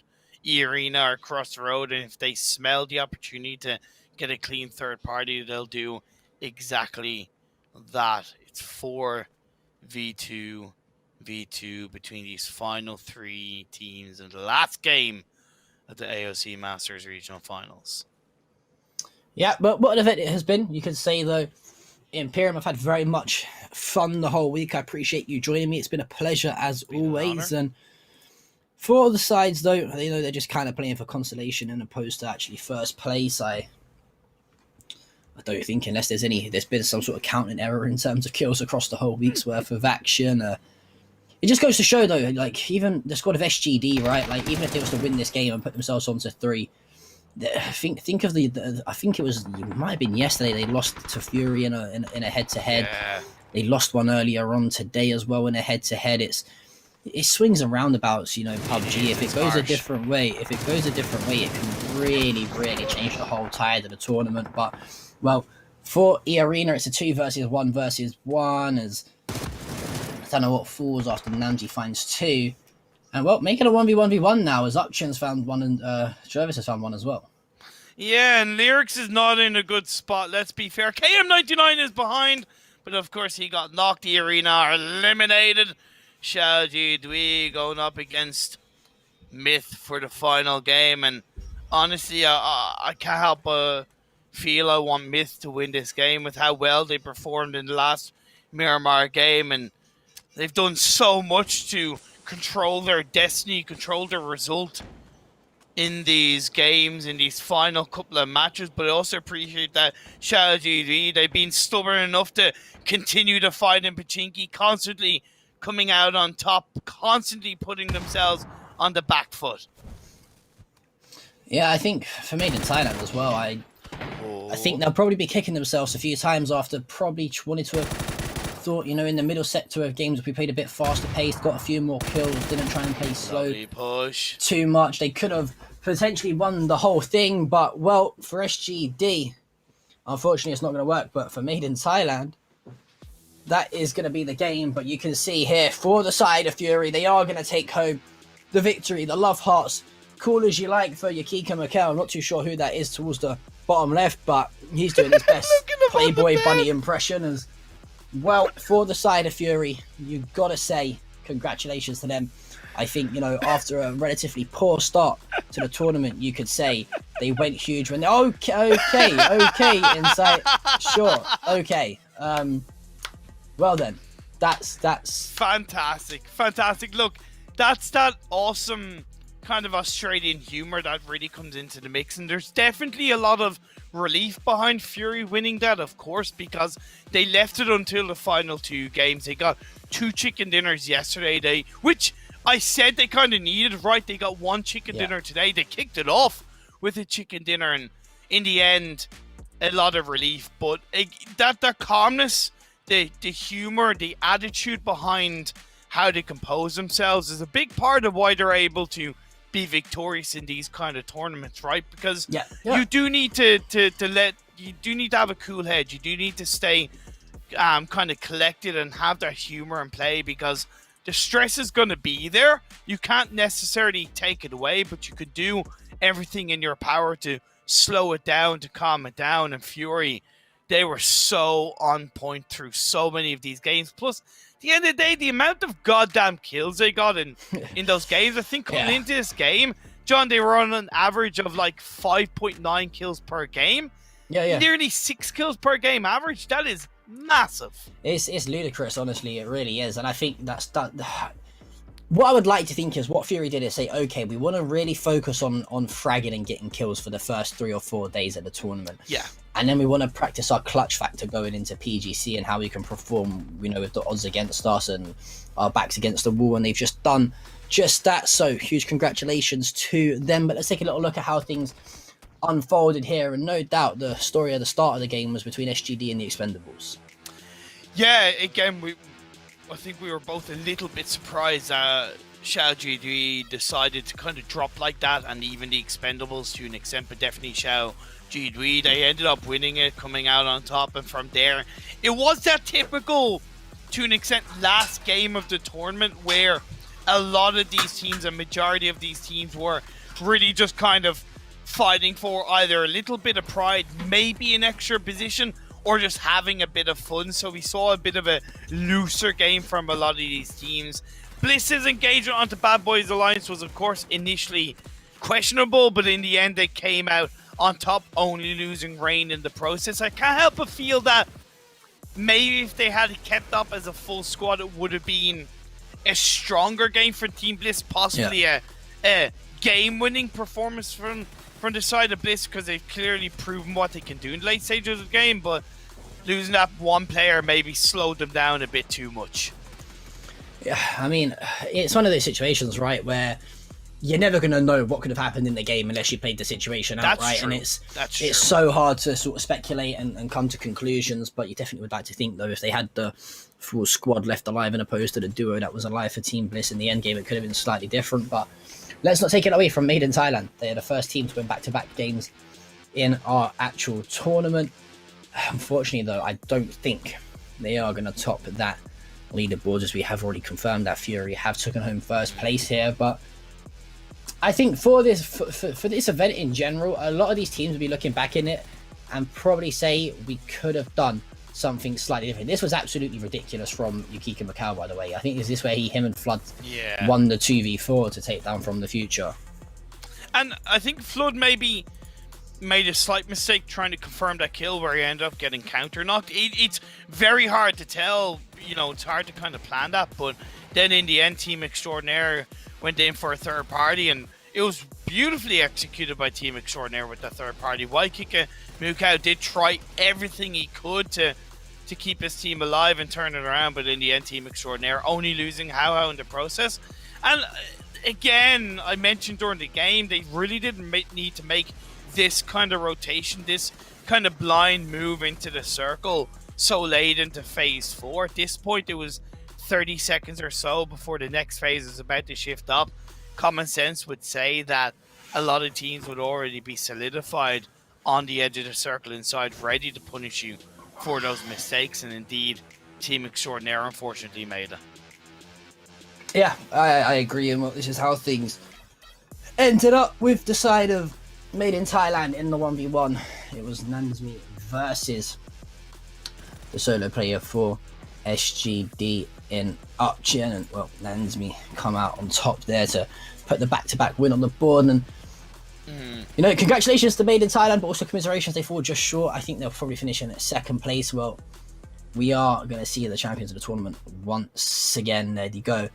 It is Fury. Oh, look at how close that is, Imperium. Yep. That's literally one game of them surviving and not dying off of spawn, and it's so much closer. A 14 kill difference sees Team Fury top it out. Behind them is Made in Thailand in second, and third and fourth is From the Future and Team Extraordinaire. Yeah, Division X, I think, kind of the, well, not the biggest losers, because they came into this game and fifth place, but I think they were well capable of that little bit better towards the end. Credit to both Division X and From the Future. If you remember right back to day one, they were our first 2-game winners, and they kind of fell a little bit down, and then they rose back up to get 2 more chicken dinners each and come into the fold, come into the mix for the final couple of days. Team Extraordinaire as well showed their faces proudly in the last couple of days to once again challenge for the top spot, but in the end, Fury, the Australian team, coming out victors in the AOC Masters Regional Final. Massive performance from them, and to give also a shout out to their Australian brethren in Team Bliss. They were so good, and I'm continually impressed with how they performed in all of the days. It was just one small part of not maybe adapting as quickly or as well to the rest of the lobby compared to a couple of other teams that saw them fall down a little bit more than they could have. Yeah, it's unfortunate for the side of Bliss who led the way for so long, but of course the main story point is Fury getting some great practice in going into PGC as well. So we wish both them and Balnam United the best of luck in that. Commiserations to the other teams, unfortunately, that didn't either qualify for PGC or place very well here in the AOC Masters, but unfortunately that is all we got time for. It's been an amazing week's worth of action. Thank you from the bottom of my heart for tuning in, Imperium. Solid effort and solid performance as always, my friend. Really thoroughly enjoyed doing this with you. Hopefully we can thank you, man, link back up again soon and see you guys in the next set of this tournament. From myself here, the production team, and everyone at AOC Masters Tournament of 2021, thank you for tuning in, and we'll see you guys next time.